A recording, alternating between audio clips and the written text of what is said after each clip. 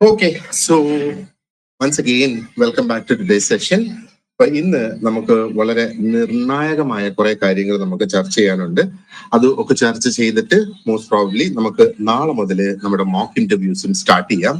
അപ്പോൾ അതിന് ഓരോരുത്തർ അവരുടേതായ ഒരു ടൈം ഒന്ന് ഇൻഡിക്കേറ്റ് ചെയ്യുക. മോക്ക് ഇന്റർവ്യൂസിന് ഏതൊക്കെയാണ് ടൈം നിങ്ങൾക്ക് സൂട്ടബിൾ ആയിട്ടുള്ളത് അത് ഒന്ന് ഇൻഡിക്കേറ്റ് ചെയ്ത് കഴിഞ്ഞാൽ അതനുസരിച്ച് അപ്പൊ ഞാനും ഒരു ടൈം സ്ലോട്ട് നിങ്ങൾക്ക് തരാം, ഇത്ര മണി മുതൽ ഇത്ര മണി വരെ. അപ്പോ അതിന്റെ ഇടയ്ക്ക് നോക്കി നമുക്ക് അതിരാവിലെയുള്ള ടൈംസ് യൂസ് ചെയ്യാം, നമുക്ക് പകലുള്ള ടൈം യൂസ് ചെയ്യാം. പകല് ചില ഗ്യാപ്പുകൾ നമുക്ക് നിലനിർത്തേണ്ടതുണ്ട്. അതേപോലെ വൈകുന്നേരത്തെ സമയവും യൂസ് ചെയ്യാം. പിന്നെ മറ്റന്നാൾ സൺഡേ ആണല്ലോ, അപ്പം സൺഡേയും നമുക്ക് മാക്സിമം യൂട്ടിലൈസ് ചെയ്ത് തന്നെ നമുക്ക് പോകാം. കാരണം ഇനി ഒരുപാട് അധികം ദിവസങ്ങളില്ലല്ലോ ഇന്റർവ്യൂ തുടങ്ങുന്നതിന് വേണ്ടിയിട്ട്. ഓക്കെ, സോ ഇനി നമ്മള് സെൽഫ് ഇൻട്രൊഡക്ഷൻ എങ്ങനെയാണ് നമ്മൾ ചെയ്യേണ്ടത് എന്നുള്ളത് കഴിഞ്ഞ ക്ലാസ്സിൽ നമ്മളത് ഡിസ്കസ് ചെയ്ത് ഇപ്പൊ ജോയിൻ ചെയ്യാൻ കഴിയാത്തവര് ഓൾറെഡി അത് എന്താ പറയണ്ടേ അതിന്റെ വീഡിയോ കണ്ടിട്ടുണ്ടാകും, നോട്ട്സ് ഒക്കെ ഒന്ന് നോക്കിയിട്ടുണ്ടാകും എന്ന് ഞാൻ വിചാരിക്കുന്നത്.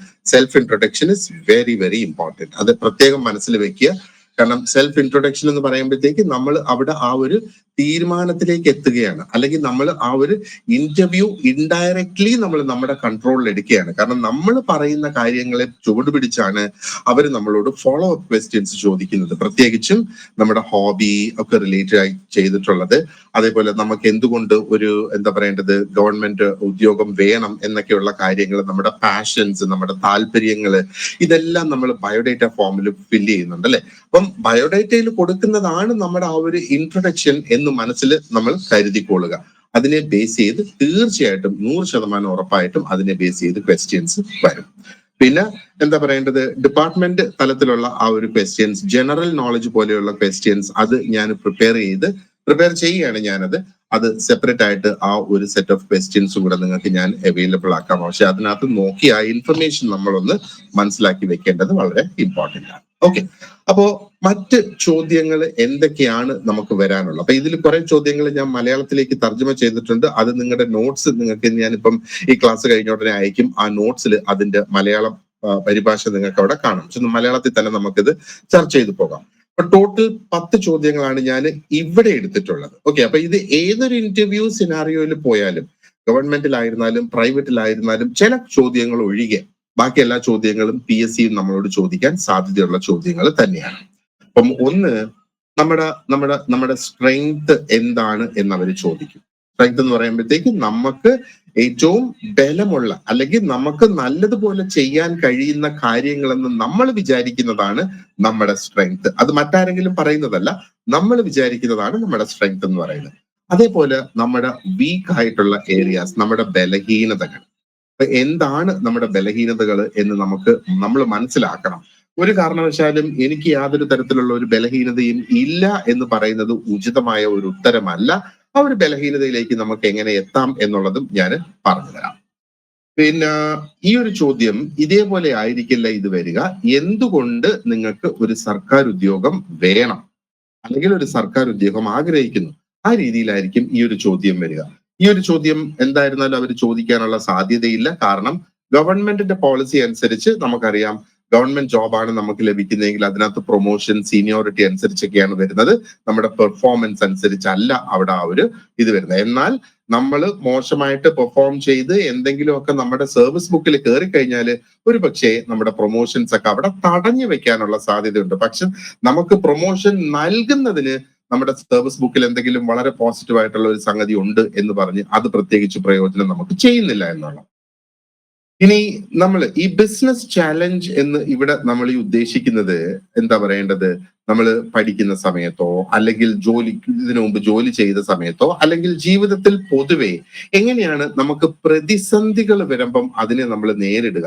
ഇതൊരു സൂപ്പർവൈസറി പൊസിഷൻ ആണല്ലോ ICDS സൂപ്പർവൈസർ എന്ന് പറയുന്നത്. അപ്പൊ പ്രതിസന്ധികൾ ഒരുപാട് നേരിടാൻ സാധ്യതയുള്ള ഒരു പൊസിഷനാണ്. അപ്പൊ അതിനുള്ള കഴിവ് നമുക്കുണ്ടോ എന്നുള്ളതാണ് ഇതിൽ നിന്ന് മനസ്സിലാക്കുന്നത്. അതിനെ എങ്ങനെ നമുക്ക് അതിജീവിക്കാം എന്നുള്ളത്.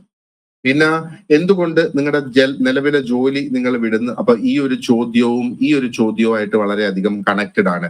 മൂന്നാമത്തെ ചോദ്യം, എന്തുകൊണ്ട് നിങ്ങൾക്ക് സർക്കാർ ഉദ്യോഗം വേണം, അല്ലെങ്കിൽ എന്തുകൊണ്ട് നിങ്ങൾ ഇപ്പൊ നിലവിലെ ജോലി നിങ്ങൾ വിടുന്നു, അതിന്റെ അർത്ഥവും എന്തുകൊണ്ട് നിങ്ങൾക്ക് സർക്കാർ ജോലി വേണം എന്നുള്ളത് തന്നെയാണ്.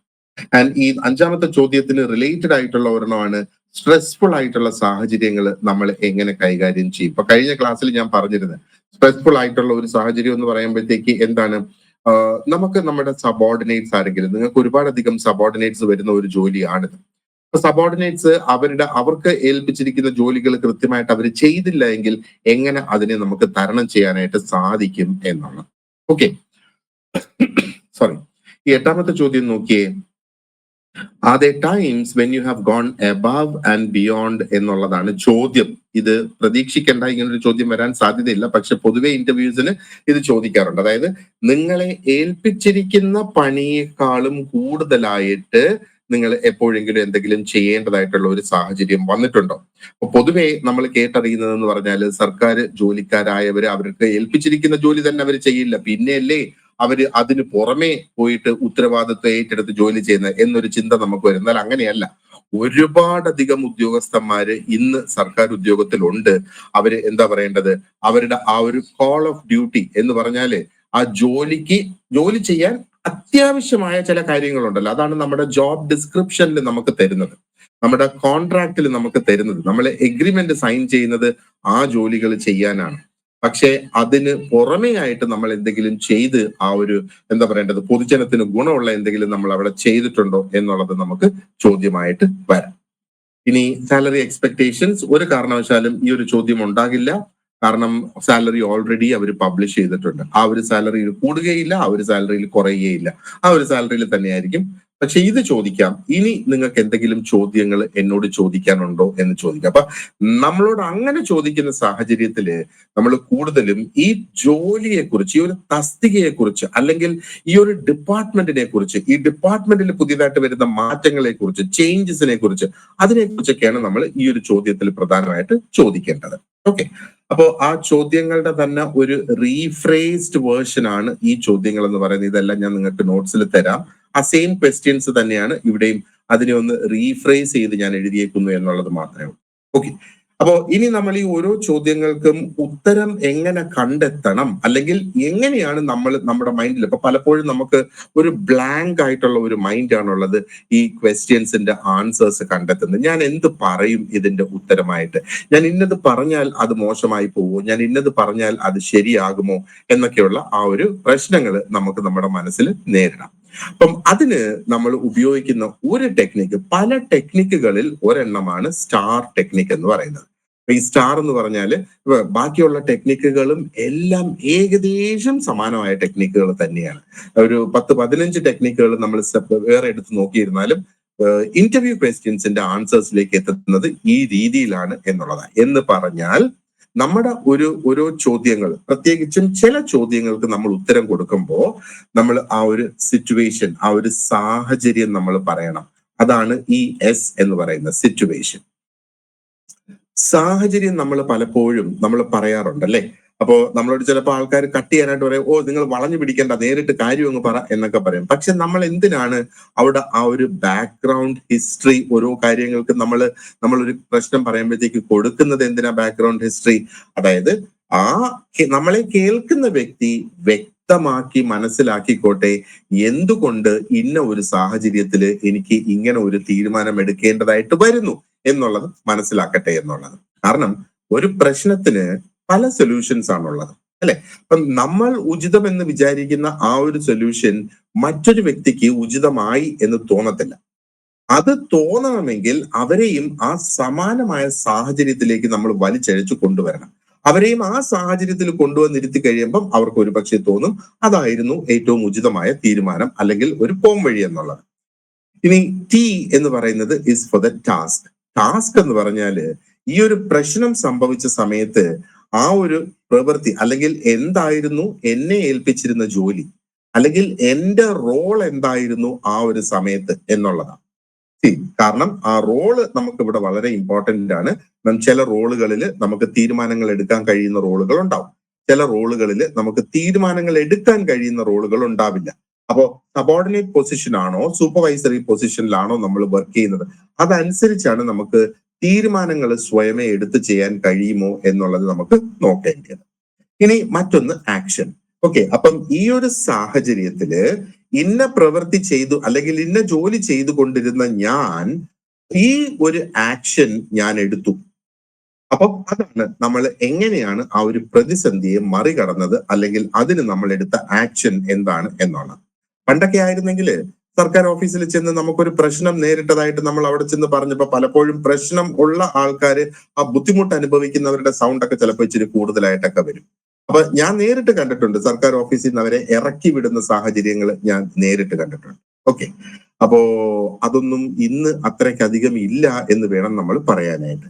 ഇനി റിസൾട്ട്, ഇത് വളരെ പ്രധാനപ്പെട്ടതാണ്. അപ്പം ഞാൻ ഈ ഒരു സാഹചര്യത്തില് ഇന്ന ജോലി ചെയ്തുകൊണ്ടിരുന്നപ്പം ഇന്ന രീതിയിൽ ഞാൻ അതിനെ എന്താ പറയേണ്ടത്, പ്രവർത്തിച്ചു, അല്ലെങ്കിൽ ഒരു ആക്ഷൻ എടുത്ത്, അതുകൊണ്ട് എന്ത് ഫലമുണ്ടായി, അത് വളരെ പ്രധാനപ്പെട്ടതാ. അപ്പൊ അതിന്റെ റിസൾട്ടിനാണ് ഇവിടെ പ്രധാനം. എങ്ങനെ ആ റിസൾട്ടിലേക്ക് ഞാൻ അവിടെ എത്തി എന്നുള്ളതും നോക്കുന്നു. അല്ലെ, നമ്മൾ പലപ്പോഴും പല ജോബ് ഇന്റർവ്യൂസിന് നമ്മൾ പോകുന്നു. അപ്പൊ ഒരു സെയിൽസിന്റെ ജോബ് ഇന്റർവ്യൂ ആണെന്ന് വിചാരിക്കുക, ഒരു സെയിൽസ്. അപ്പൊ അങ്ങനെയൊക്കെയുള്ള ജോലികൾ നമ്മൾ ജീവിതത്തിൽ പലപ്പോഴും ചെയ്തിട്ടുണ്ടാകാം, അല്ലെങ്കിൽ എന്താ പറയണ്ടേ, അതിന്റെ ഇന്റർവ്യൂ ഒക്കെ നമ്മൾ അറ്റൻഡ് ചെയ്യുക, നമ്മുടെ സുഹൃത്തുക്കൾ അറ്റൻഡ് ചെയ്യുകയൊക്കെ ചെയ്തിട്ടുണ്ടാകാം. അപ്പോൾ അവിടെയും അവര് എന്താ പറയേണ്ടത്, നമ്മളോട് ചോദിക്കും, ഓക്കെ, നിങ്ങൾ നിങ്ങളുടെ ടാർഗറ്റ് അച്ചീവ് ചെയ്തോ, നിങ്ങൾ ടാർഗറ്റ് എക്സീഡ് ചെയ്തോ, അതിന് പ്രൂഫ് ഉണ്ടോ, അതുണ്ടോ ഇതുണ്ടോ എന്നൊക്കെ നമ്മളോട് ചോദിക്കാനുള്ള സാധ്യതയുണ്ട്.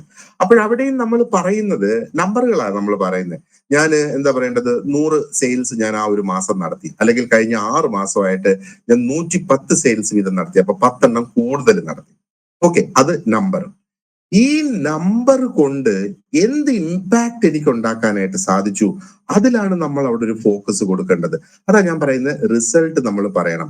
ഞാൻ എന്റെ സെയിൽ 100 എന്നുള്ളത് ഞാൻ 110 എണ്ണം നടത്തിയപ്പോ എന്റെ ടീമിനെ അത് എങ്ങനെ ബാധിച്ചു, എന്നെ ബാധിച്ചു. ഓക്കെ, എനിക്ക് അതിൽ ഒരു പോസിറ്റീവായിട്ട് തന്നെ ഒരു ഗുണം ഉണ്ടായി. എന്റെ ടീമിനെ അതെങ്ങനെ ബാധിച്ചു, എന്റെ കമ്പനിക്ക് അതെങ്ങനെ നേട്ടം ഉണ്ടാക്കി, എന്റെ കസ്റ്റമേഴ്സിന് അതെങ്ങനെ നേട്ടം ഉണ്ടാക്കി, അതാണ് റിസൾട്ട് എന്ന് പറയുന്നത്. അപ്പൊ എപ്പോഴും നമ്മൾ റിസൾട്ടും കൂടെ പറഞ്ഞെങ്കിലേ, കാരണം ഈ കേട്ടുകൊണ്ടിരിക്കുന്നവര്, നമ്മുടെ ആ ഒരു ഇന്റർവ്യൂ നടത്തുന്നവര്, നമ്മുടെ ഇന്റർവ്യൂവേഴ്സ് എന്ന് പറയുന്നവര്, അവർക്ക് ആ റിസൾട്ട് കൂടെ കേൾക്കുമ്പോഴാണ് അവർക്ക് പിക്ചറൈസ് ചെയ്യാനായിട്ട് സാധിക്കുന്നത്. ഓക്കെ, ഈ വ്യക്തി എന്റെ ഡിപ്പാർട്ട്മെന്റിലേക്ക് വരികയാണെങ്കിൽ എന്റെ ഡിപ്പാർട്ട്മെന്റിലും സമാനമായ പ്രശ്നങ്ങളുണ്ട്, ആ പ്രശ്നത്തിന് ഇതേ രീതിയിലുള്ള പരിഹാരം കാണാനായിട്ട് സാധിക്കും. അപ്പൊ നിങ്ങളുടെ ഇന്റർവ്യൂ പാനലില് PSCയുടെ ആൾക്കാരുണ്ടാകും. ഒരു CDPO, ഒന്നോ രണ്ടോ CDPO കൂടെ അവിടെ പ്രതീക്ഷിച്ചോളുക. കാരണം CDPO ആണ് നിങ്ങളുടെ ഡയറക്റ്റ് സൂപ്പർവൈസർ എന്ന് പറയുന്നത്, ഈ ഒരു ICDS സൂപ്പർവൈസർക്ക്. അപ്പൊ ഉറപ്പായിട്ടും ഒരു CDPO അവിടെ ഉണ്ടാകും. പിന്നെ സബ്ജക്ട് എക്സ്പേർട്സും അവിടെ കാണാം, സബ്ജക്ട് റിലേറ്റഡ് ആയിട്ടുള്ള ക്വസ്റ്റ്യൻസ് ചോദിക്കുന്നതിന് വേണ്ടിയിട്ട്. ഓക്കെ, അപ്പോ ഈ ഒരു അപ്രോച്ച് നമ്മൾ മനസ്സിൽ വെച്ചോളുക. എപ്പോഴും സ്റ്റാർ, നക്ഷത്രം, നമുക്കത് മറന്നു പോകാൻ പറ്റില്ല. ഇത്രയേ ഉള്ളൂ. എന്തായിരുന്നു സാഹചര്യം, ആ സാഹചര്യത്തിൽ ഞാൻ ചെയ്തുകൊണ്ടിരുന്ന പണി എന്തായിരുന്നു, അതേപോലെ എന്ത് ആക്ഷൻ ആണ് ഞാൻ എടുത്തത്, എന്ത് റിസൾട്ട് എനിക്ക് അവിടെ ഉണ്ടാക്കാനായിട്ട് സാധിച്ചു, ഈ 4 കാര്യങ്ങളെയും കേന്ദ്രീകരിച്ചുകൊണ്ട് വേണം നമ്മൾ നമ്മുടെ ഉത്തരങ്ങൾ തയ്യാറാക്കാനായിട്ട്. അപ്പൊ അതിന് വേണ്ടിയിട്ട് നമുക്ക് പല ചോദ്യങ്ങൾ നമുക്ക് നോക്കാം. ഓരോ ചോദ്യവും നമ്മളോട് ചോദിക്കുമ്പോ അതിന്റെ പിന്നിൽ ഒരു കഥയുണ്ട്. ഇപ്പം നമ്മളടുത്ത് ചോദിക്കുന്നത്, നിങ്ങളുടെ ഏറ്റവും വലിയ സ്ട്രെങ്ത് എന്താണെന്ന് നിങ്ങൾ വിചാരിക്കുന്നു. അപ്പൊ നമ്മൾ പറയുന്നത്, എനിക്ക് നല്ല കമ്മ്യൂണിക്കേഷൻ സ്കിൽസ് ഉണ്ട്, അല്ലെങ്കിൽ എനിക്ക് നല്ല ഇന്റർപേഴ്സണൽ സ്കിൽസ് എന്ന് പറഞ്ഞാൽ എനിക്ക് ആൾക്കാരുമായി ഇടപഴകാനുള്ള ആ ഒരു നല്ല കഴിവ് എനിക്കുണ്ട്, അല്ലെങ്കിൽ ഞാൻ വളരെ കൃത്യനിഷ്ഠത പാലിക്കുന്ന വ്യക്തിയാണ്. ഓക്കെ, അതൊക്കെ നമ്മുടെ സ്ട്രെങ്ത്തുകളായിട്ട് നമുക്ക് പറയാം. പക്ഷേ ആ ഒരു സ്ട്രെങ്ത് പറഞ്ഞ് അതങ്ങ് നിർത്തി കഴിഞ്ഞാൽ ഈ കേൾക്കുന്ന വ്യക്തി ആലോചിക്കും, ഓക്കെ, നല്ല കമ്മ്യൂണിക്കേഷൻ സ്കിൽ ഉണ്ടെന്ന് പറഞ്ഞ്, അതുകൊണ്ട് പക്ഷെ അത് എങ്ങനെ അത് പ്രയോജനപ്പെട്ടു എന്നുള്ളത് പറഞ്ഞില്ല. അത് ഒന്ന് പറയണം. പിന്നെ ഈ ഒരു ചോദ്യത്തിന്റെ പിന്നിലെ രഹസ്യങ്ങൾ നമ്മൾ നോക്കുവാണെങ്കിൽ, ഒന്ന്, നമ്മൾ ഇന്നത്തെ കാലത്ത്, ഇന്നത്തെ ഈ ലോകത്ത് നമ്മൾ സെൽഫ് അവെയർ ആയിരിക്കണം. നമ്മുടെ ഗുണങ്ങളും നമ്മുടെ പോരായ്മയും നമ്മൾ അറിയണം. എപ്പോഴും നമ്മുടെ ഗുണങ്ങൾ നമുക്ക് അറിയാമെങ്കിൽ ആ ഗുണത്തിനെ ചുവട് പിടിച്ചാണ് നമ്മൾ നമ്മുടെ ജീവിതത്തിൽ മുന്നോട്ട് പോകുന്നത്. എന്റെ ഏറ്റവും പോസിറ്റീവ് ആയിട്ടുള്ള കാര്യങ്ങളുടെ ചുവട് പിടിച്ചായിരിക്കും നമ്മൾ മുന്നോട്ട് പോകുന്നത്.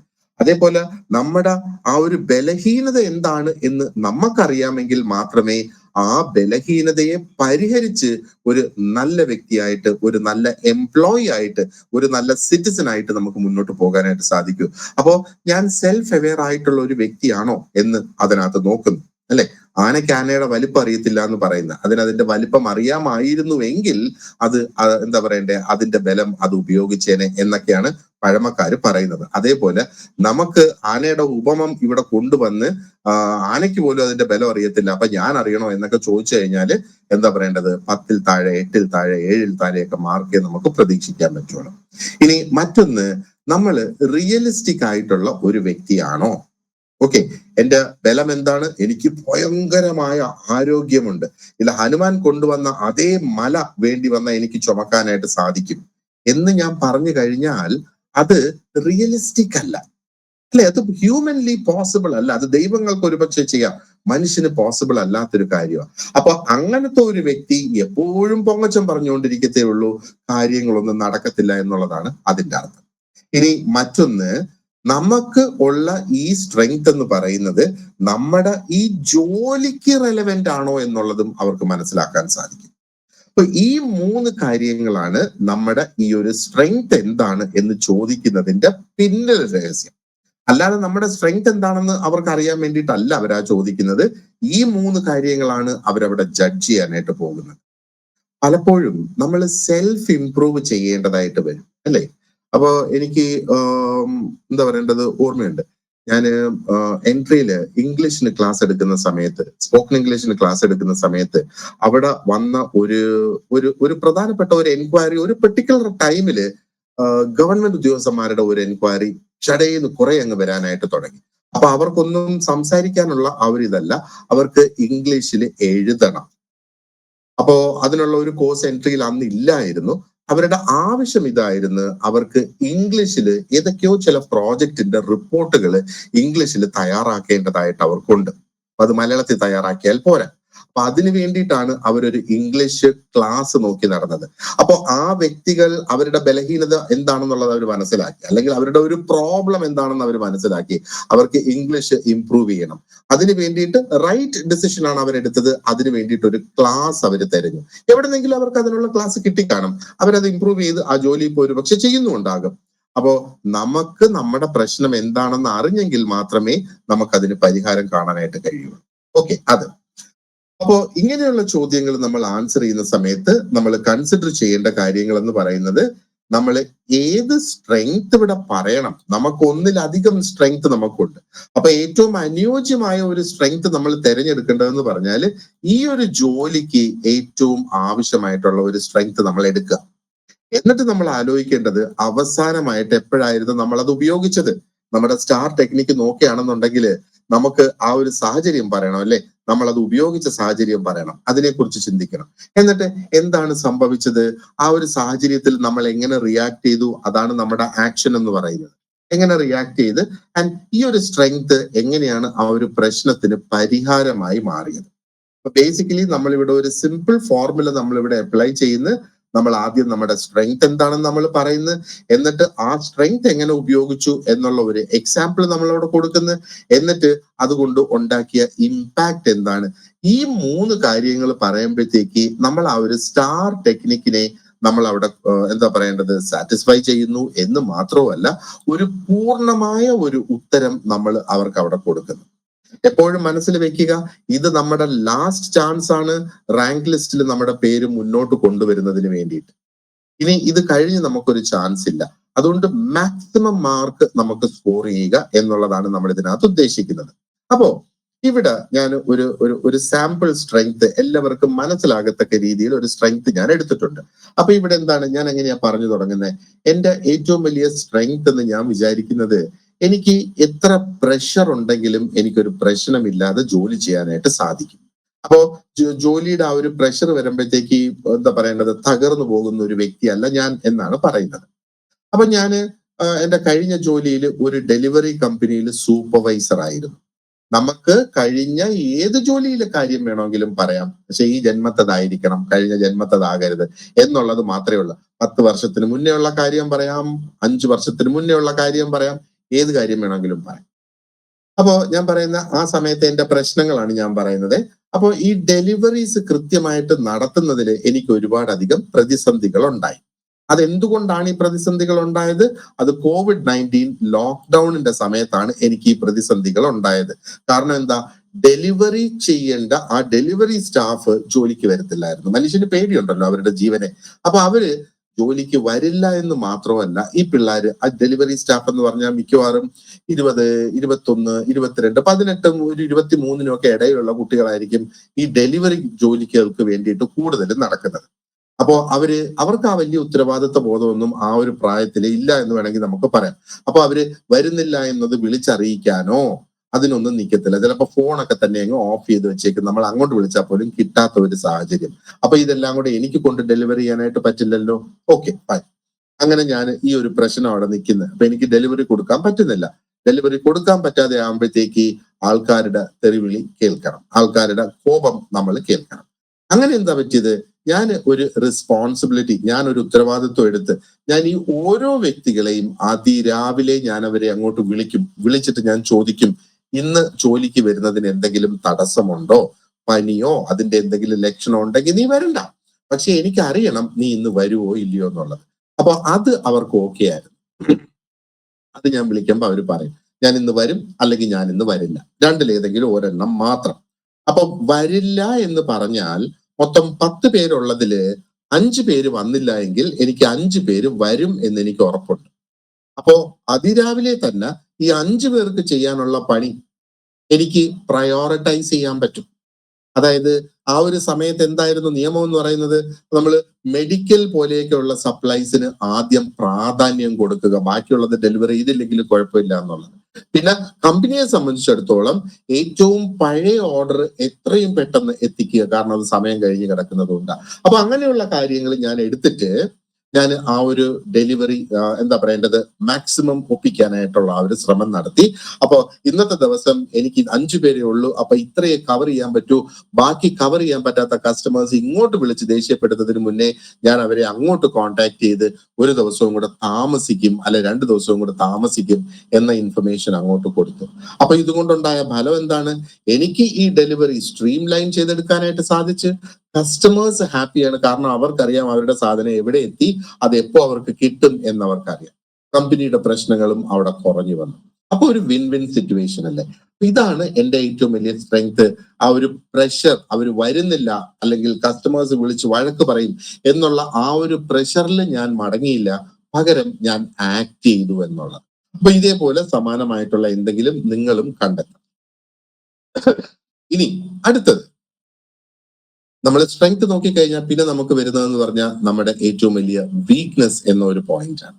അപ്പൊ ഈ വീക്ക്നെസ്സിനെ നമുക്ക് എങ്ങനെ തരണം ചെയ്യാം? അപ്പൊ പലപ്പോഴും ചിന്തിക്കും, നമ്മൾ പലരും പറയാറുണ്ട്, സർ എനിക്ക് വീക്ക്നെസ് ഒന്നുമില്ല. അത് ശരിയല്ല. അത് നമുക്ക് അറിയില്ല എന്നുള്ളതാണ് നമുക്ക് വീക്ക്നെസ് ഉണ്ട് എന്ന്. അപ്പൊ ഇവിടെ നമ്മൾ വീക്ക്നെസ് ആയിട്ട് പറയേണ്ടത്, ഞാൻ അമിതമായിട്ട് ഭക്ഷണം കഴിക്കും, ഞാൻ ഉറങ്ങും, ഞാൻ അത് ചെയ്യും, ഞാനിത് ചെയ്യും. റെലവെന്റ് അല്ലാത്ത കാര്യങ്ങളൊന്നും ഇവിടെ പറയരുത്. നിങ്ങൾ അമിതമായിട്ട് ഭക്ഷണം കഴിച്ചോളൂ, നിങ്ങൾ കൂടുതൽ നേരം ഉറങ്ങിക്കോളൂ, അതൊന്നും ഒരു ഇന്റർവ്യൂ സമയത്ത് നമ്മൾ പറയണം.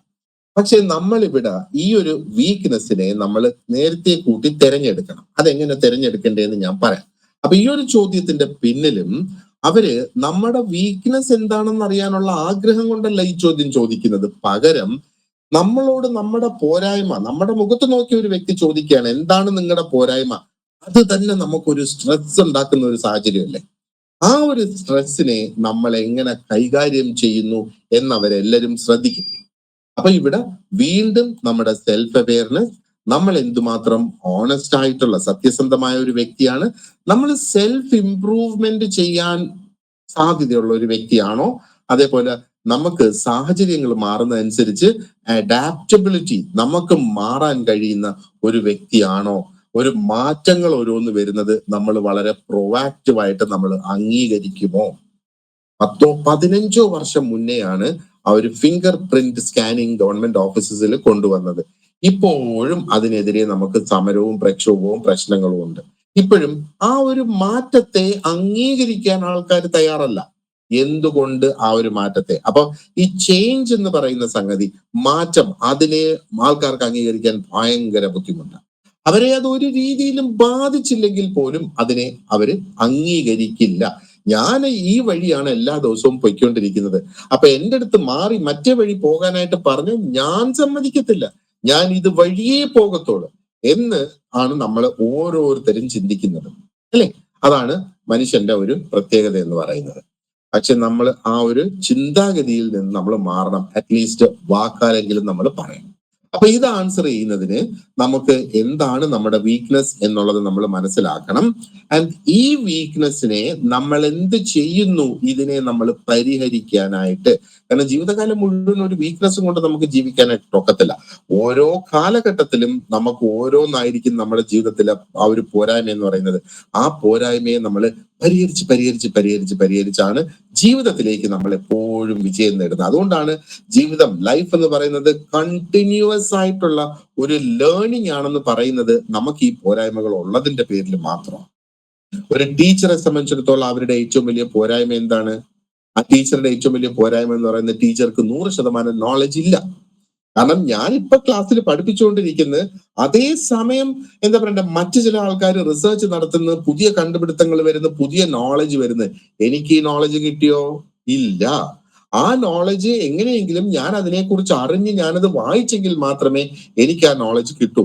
അപ്പൊ വായനാശീലം ഇല്ലാത്തത് ഒരു ടീച്ചറെ സംബന്ധിച്ചിടത്തോളം ഏറ്റവും വലിയൊരു പോരായ്മയാണ്. അപ്പൊ അതിന് വേണ്ടിയിട്ട് ഒരു ദിവസം ഒരു അരമണിക്കൂർ സമയമെങ്കിലും മാറ്റിവെച്ചിട്ട് നമ്മൾ നോക്കണം, അല്ലെ? എന്താണ് ഞാൻ പഠിപ്പിക്കുന്ന വിഷയങ്ങളിൽ എന്തൊക്കെ മാറ്റങ്ങൾ വന്നിട്ടുണ്ട് എന്നുള്ളത് നമ്മൾ നോക്കണം. എന്നെ സംബന്ധിച്ചിടത്തോളം എല്ലാ വിഷയങ്ങളിലും വരുന്ന മാറ്റങ്ങൾ ഞാൻ നോക്കിയെങ്കിലേ പറ്റുള്ളൂ എന്റെ എന്താ പറയേണ്ടത് സ്റ്റുഡൻസിന് അതിന്റെ ആ ഒരു ബെനിഫിറ്റ്, ആ ഒരു പ്രയോജനം കിട്ടുന്നതിന് വേണ്ടിയിട്ട്. ഏറ്റവും റീസെന്റ് ആയിട്ട് വന്നേക്കുന്ന ചേഞ്ച് എന്താണ്? GST വന്നേക്കുന്ന മാറ്റം. ഈ GST വന്നേക്കുന്ന മാറ്റം ഇപ്പൊ നിങ്ങളുടെ ഇന്റർവ്യൂവിനെ അത് ബാധിക്കത്തില്ല എങ്കിൽ പോലും അത് എന്താ പറയേണ്ടത്, കറണ്ട് അഫയേഴ്സ് ഉള്ള എല്ലാ പരീക്ഷയും അത് ബാധിക്കും. 22-ാം തീയതി ആകാനായിട്ട് വെയിറ്റ് ചെയ്യാണ്. 22-ാം തീയതി ഇത് പ്രാബല്യത്തിൽ വരുന്നത്. അത് പ്രാബല്യത്തിൽ വന്നതിന് ശേഷമേ അതിന്റെ പ്രശ്നങ്ങളും പോരായ്മയും എന്താണ് എന്നുള്ളത് നമുക്ക് കൃത്യമായിട്ട് മനസ്സിലാക്കാനായിട്ട് സാധിക്കും. Okay, so come back to the weakness here. ഈ ഒരു സ്ക്രീനിൽ എല്ലാം കൂടെ കണ്ടിട്ട് നമ്മൾ വിഷമിക്കേണ്ട, സിമ്പിൾ ആയിട്ടുള്ള കാര്യമേ ഉള്ളൂ ഇവിടെ. നമ്മൾ വീക്ക്നെസ് ഐഡന്റിഫൈ ചെയ്യാനായിട്ട് പോവുകയാണ്. അതിന് ഇതേപോലെ ഒരു പേപ്പർ എടുത്തിട്ട് 2 കോളം നമ്മൾ വരയ്ക്കുക. ഒരു കോളത്തില് നമ്മൾ ചെയ്യാൻ പോകുന്ന ജോലിക്ക് നമുക്ക് വേണ്ട സ്കിൽ എന്തൊക്കെയാണെന്ന് അവിടെ എഴുതുക. ഓക്കെ, അപ്പൊ ഇവിടെ ഞാൻ ഒരു റെസ്റ്റോറന്റിലെ ഒരു വെയിറ്ററുടെ സ്കിൽ എടുത്തിട്ടുണ്ട്. ഇത് നമുക്ക് എല്ലാവർക്കും മനസ്സിലാകുന്ന സ്കിൽസ് ആണല്ലോ ഒരു വെയിറ്റർക്ക് വേണ്ടത്. കാരണം വെയിറ്ററെ നമ്മൾ എപ്പോഴും കാണുന്നതാണ്. അപ്പൊ വെയിറ്റർക്ക് എന്തൊക്കെ വേണം? എല്ലാ ദിവസവും കൃത്യമായിട്ട് ജോലിക്ക് വരണം, അത് സമയത്ത് വരണം, വളരെയധികം പ്രഷർ ഉള്ള ഒരു ജോലിയാണ്. അപ്പൊ പ്രഷർ കൈകാര്യം ചെയ്യാൻ കഴിയണം, എപ്പോഴും പ്രൊഫഷണൽ ആയിട്ട് നിൽക്കണം, വളരെ ഫാസ്റ്റ് ആയിട്ട് വർക്ക് ചെയ്യാനായിട്ട് പറ്റണം, ഒരു ടീം അന്തരീക്ഷത്തിൽ വർക്ക് ചെയ്യാൻ പറ്റുന്ന ഒരു വ്യക്തി ആയിരിക്കണം. അതേപോലെ എപ്പോഴും വളരെ പോസിറ്റീവ് ആയിട്ടുള്ള ഒരു ഫ്രണ്ട്ലി ആറ്റിറ്റ്യൂഡ് ഉള്ള ഒരു വ്യക്തിയാകണം വെയിറ്റർ എന്ന് പറയുന്നത്. ആൻഡ് ആൾക്കാർ ഓർഡർ ചെയ്യുന്ന കാര്യങ്ങൾ വളരെ ഡീറ്റെയിൽഡ് ആയിട്ട് മനസ്സിലാക്കണം, വളരെ പെട്ടെന്ന് അത് കിച്ചണിൽ കുക്കിന്റെ അടുത്ത് എത്തിക്കണം, എന്നിട്ട് കൃത്യമായിട്ട് ആ ഭക്ഷണം റെഡി ആവുന്നതനുസരിച്ച് തിരിച്ചു കൊണ്ടുവരണം. അവർ സെർവ് ചെയ്യുന്ന 2-3 ടേബിൾസ് കാണും. ഈ ടേബിൾസിനെല്ലാം ഒരേ സമയത്ത് വെള്ളം വേണോ, ചായ വേണോ, പാല് വേണോ എന്നുള്ളത് ചോദിച്ച് നടക്കണ്ട. അപ്പൊ മൾട്ടി ടാസ്കിങ് ഒക്കെ ചെയ്യണം. ആൻഡ് ഇൻഫർമേഷൻ പഠിക്കാനും അത് റീറ്റെയിൻ ചെയ്യാനും കഴിയണം. കാരണം ആ റെസ്റ്റോറന്റിലുള്ള മെനു ഐറ്റംസ് എല്ലാം ഈ ഒരു വ്യക്തിക്ക് അറിഞ്ഞിരിക്കണം, അല്ലെ? അതേപോലെ ഗുഡ് ലിസണിങ് സ്കിൽസ് ഉണ്ടായിരിക്കണം, അവര് പറയുന്നത് കേട്ട് അതേപോലെ മനസ്സിലാക്കാനായിട്ട്. അപ്പോ ഈ നോൺ വയലന്റ് കമ്മ്യൂണിക്കേഷൻ എന്ന ഒരു കോൺസെപ്റ്റ് ഉണ്ട്. നമ്മൾ തന്നെയാണ് എപ്പോഴും നമ്മൾ കേൾക്കുന്നതിനെ നമ്മൾ പല രീതിയിൽ നമ്മൾ തെറ്റിദ്ധരിച്ച് നമ്മൾ വ്യത്യസ്തമായ ഒരു രീതിയിൽ നമ്മൾ അതിനെ മനസ്സിലാക്കാനായിട്ട് ശ്രമിക്കും. അതിനെ വ്യത്യസ്തമായ രീതിയിൽ നമ്മൾ മനസ്സിലാക്കി കഴിഞ്ഞാൽ നമ്മുടെ കമ്മ്യൂണിക്കേഷൻ വയലന്റ് ആയി പോകും അവിടെ. അതുകൊണ്ടാണ് പലപ്പോഴും ചെറിയ കാര്യങ്ങൾക്ക് നമ്മൾ വയലന്റ് ആകുന്നത്. ആരെങ്കിലും നമ്മളോടൊരു ചെറിയ കാര്യം പറഞ്ഞാൽ നമുക്ക് ദേഷ്യം വരുന്നതിന്റെ കാര്യം നമ്മൾ അതിനെ മറ്റു രീതിയിൽ എടുത്തു എന്നുള്ളതാണ്. അവരുദ്ദേശിക്കാത്ത രീതിയിൽ നമ്മൾ അതിനെ എടുത്തു, അതുകൊണ്ടാണ് നമുക്ക് അങ്ങനെ ആ ഒരു പ്രശ്നം വരുന്നത്. ഓക്കെ, അതൊരു ഡിഫറെന്റ് ഏരിയ ആണ് ഓൾ ടുഗെദർ. അപ്പൊ ഗുഡ് ലിസണിങ് സ്കിൽസ് ആൻഡ് നമുക്ക് ഇൻസ്ട്രക്ഷൻസ് ഫോളോ ചെയ്യാനായിട്ട് കഴിയണം. ചൂടുവെള്ളം വേണമെന്ന് പറഞ്ഞാൽ ചൂടുവെള്ളം കൊടുക്കണം, അല്ലെ? ചൂടുവെള്ളം വേണമെന്ന് പറഞ്ഞാൽ തിളച്ച വെള്ളം കൊടുക്കുന്നതിന് അർത്ഥമില്ല. ഓക്കെ, ഇനി നമ്മൾ ചെയ്യേണ്ടതെന്ന് പറഞ്ഞാല് മറ്റു കോളത്തില് നമ്മുടെ സ്കിൽസ് എന്താണെന്ന് നമ്മൾ അവിടെ എഴുതുക. അപ്പോ അവിടെ ഞാൻ കൃത്യമായിട്ട് സമയം പാലിക്കുന്ന ഒരു വ്യക്തിയാണ്, എനിക്ക് എത്ര പ്രഷർ ഉണ്ടെങ്കിലും ആ പ്രഷറിൽ എനിക്ക് ജോലി ചെയ്യാനായിട്ട് സാധിക്കും.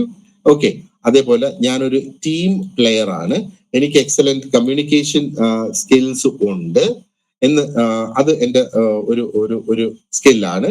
ആൻഡ് എനിക്ക് പീപ്പിൾ മാനേജ്മെന്റ് സ്കിൽസ് ഉണ്ട്. ആൾക്കാരെയും എനിക്ക് മാനേജ് ചെയ്യാനായിട്ട് കഴിയും. പീപ്പിൾ മാനേജ്മെന്റ് സ്കിൽസ് എന്ന് ഉദ്ദേശിക്കുന്നത് ഒരു വെയിറ്റർ അവരുടെ കസ്റ്റമറെ മാനേജ് ചെയ്യുന്ന സ്കിൽസ് അല്ല. That is called customer service skills. People management skills എന്ന് പറയുന്നത് നിങ്ങൾക്ക് ആവശ്യമായ ഒരു സ്കില്ലാണ്. കാരണം നിങ്ങൾക്ക് സബോർഡിനേറ്റ് സ്റ്റാഫ് ഉണ്ട്.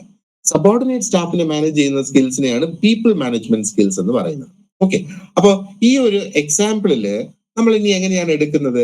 നമുക്ക് ഈ ഒരു ജോലിക്ക് വലുതായിട്ട് ആവശ്യമില്ലാത്ത ഒരു സ്കില്ല് നമ്മുടെ എടുത്തിട്ട് അത് നമ്മുടെ ഒരു പോരായ്മ ആയിരുന്നു എന്നാണ് പറയുന്നത്. പോരായ്മയാണെന്നല്ല, ആയിരുന്നു എന്നുള്ളത്. അപ്പൊ ഇവിടെ എന്താണ്? മാനേജ്മെന്റ് സ്കിൽസ് വേണം, ടൈം മാനേജ്മെന്റ് വേണം, അണ്ടർ പ്രഷർ വേണം, ടീം പ്ലെയർ ആകണം, കമ്മ്യൂണിക്കേഷൻ സ്കിൽസ് വേണം. അപ്പൊ ഒരു വെയിറ്ററുടെ ജോലിക്ക് ആവശ്യമില്ലാത്ത ഒന്നെന്ന് പറയുന്നത് പീപ്പിൾ മാനേജ്മെന്റ് സ്കിൽസ് ആണ്. അപ്പൊ പീപ്പിൾ മാനേജ്മെന്റ് സ്കിൽസ് ഞാൻ എന്റെ ഒരു പോരായ്മയായിട്ട് ഇവിടെ കാണിക്കാൻ പോവാണ്. പക്ഷെ ആ പോരായ്മയെ ഞാൻ എങ്ങനെ പരിഹരിച്ചു എന്ന് പറയണം. അപ്പൊ ഇവിടുത്തെ ഇതെന്ന് പറയുന്നത് ആ പ്രശ്നം എന്താണ് എന്ന് നമ്മൾ പറയണം.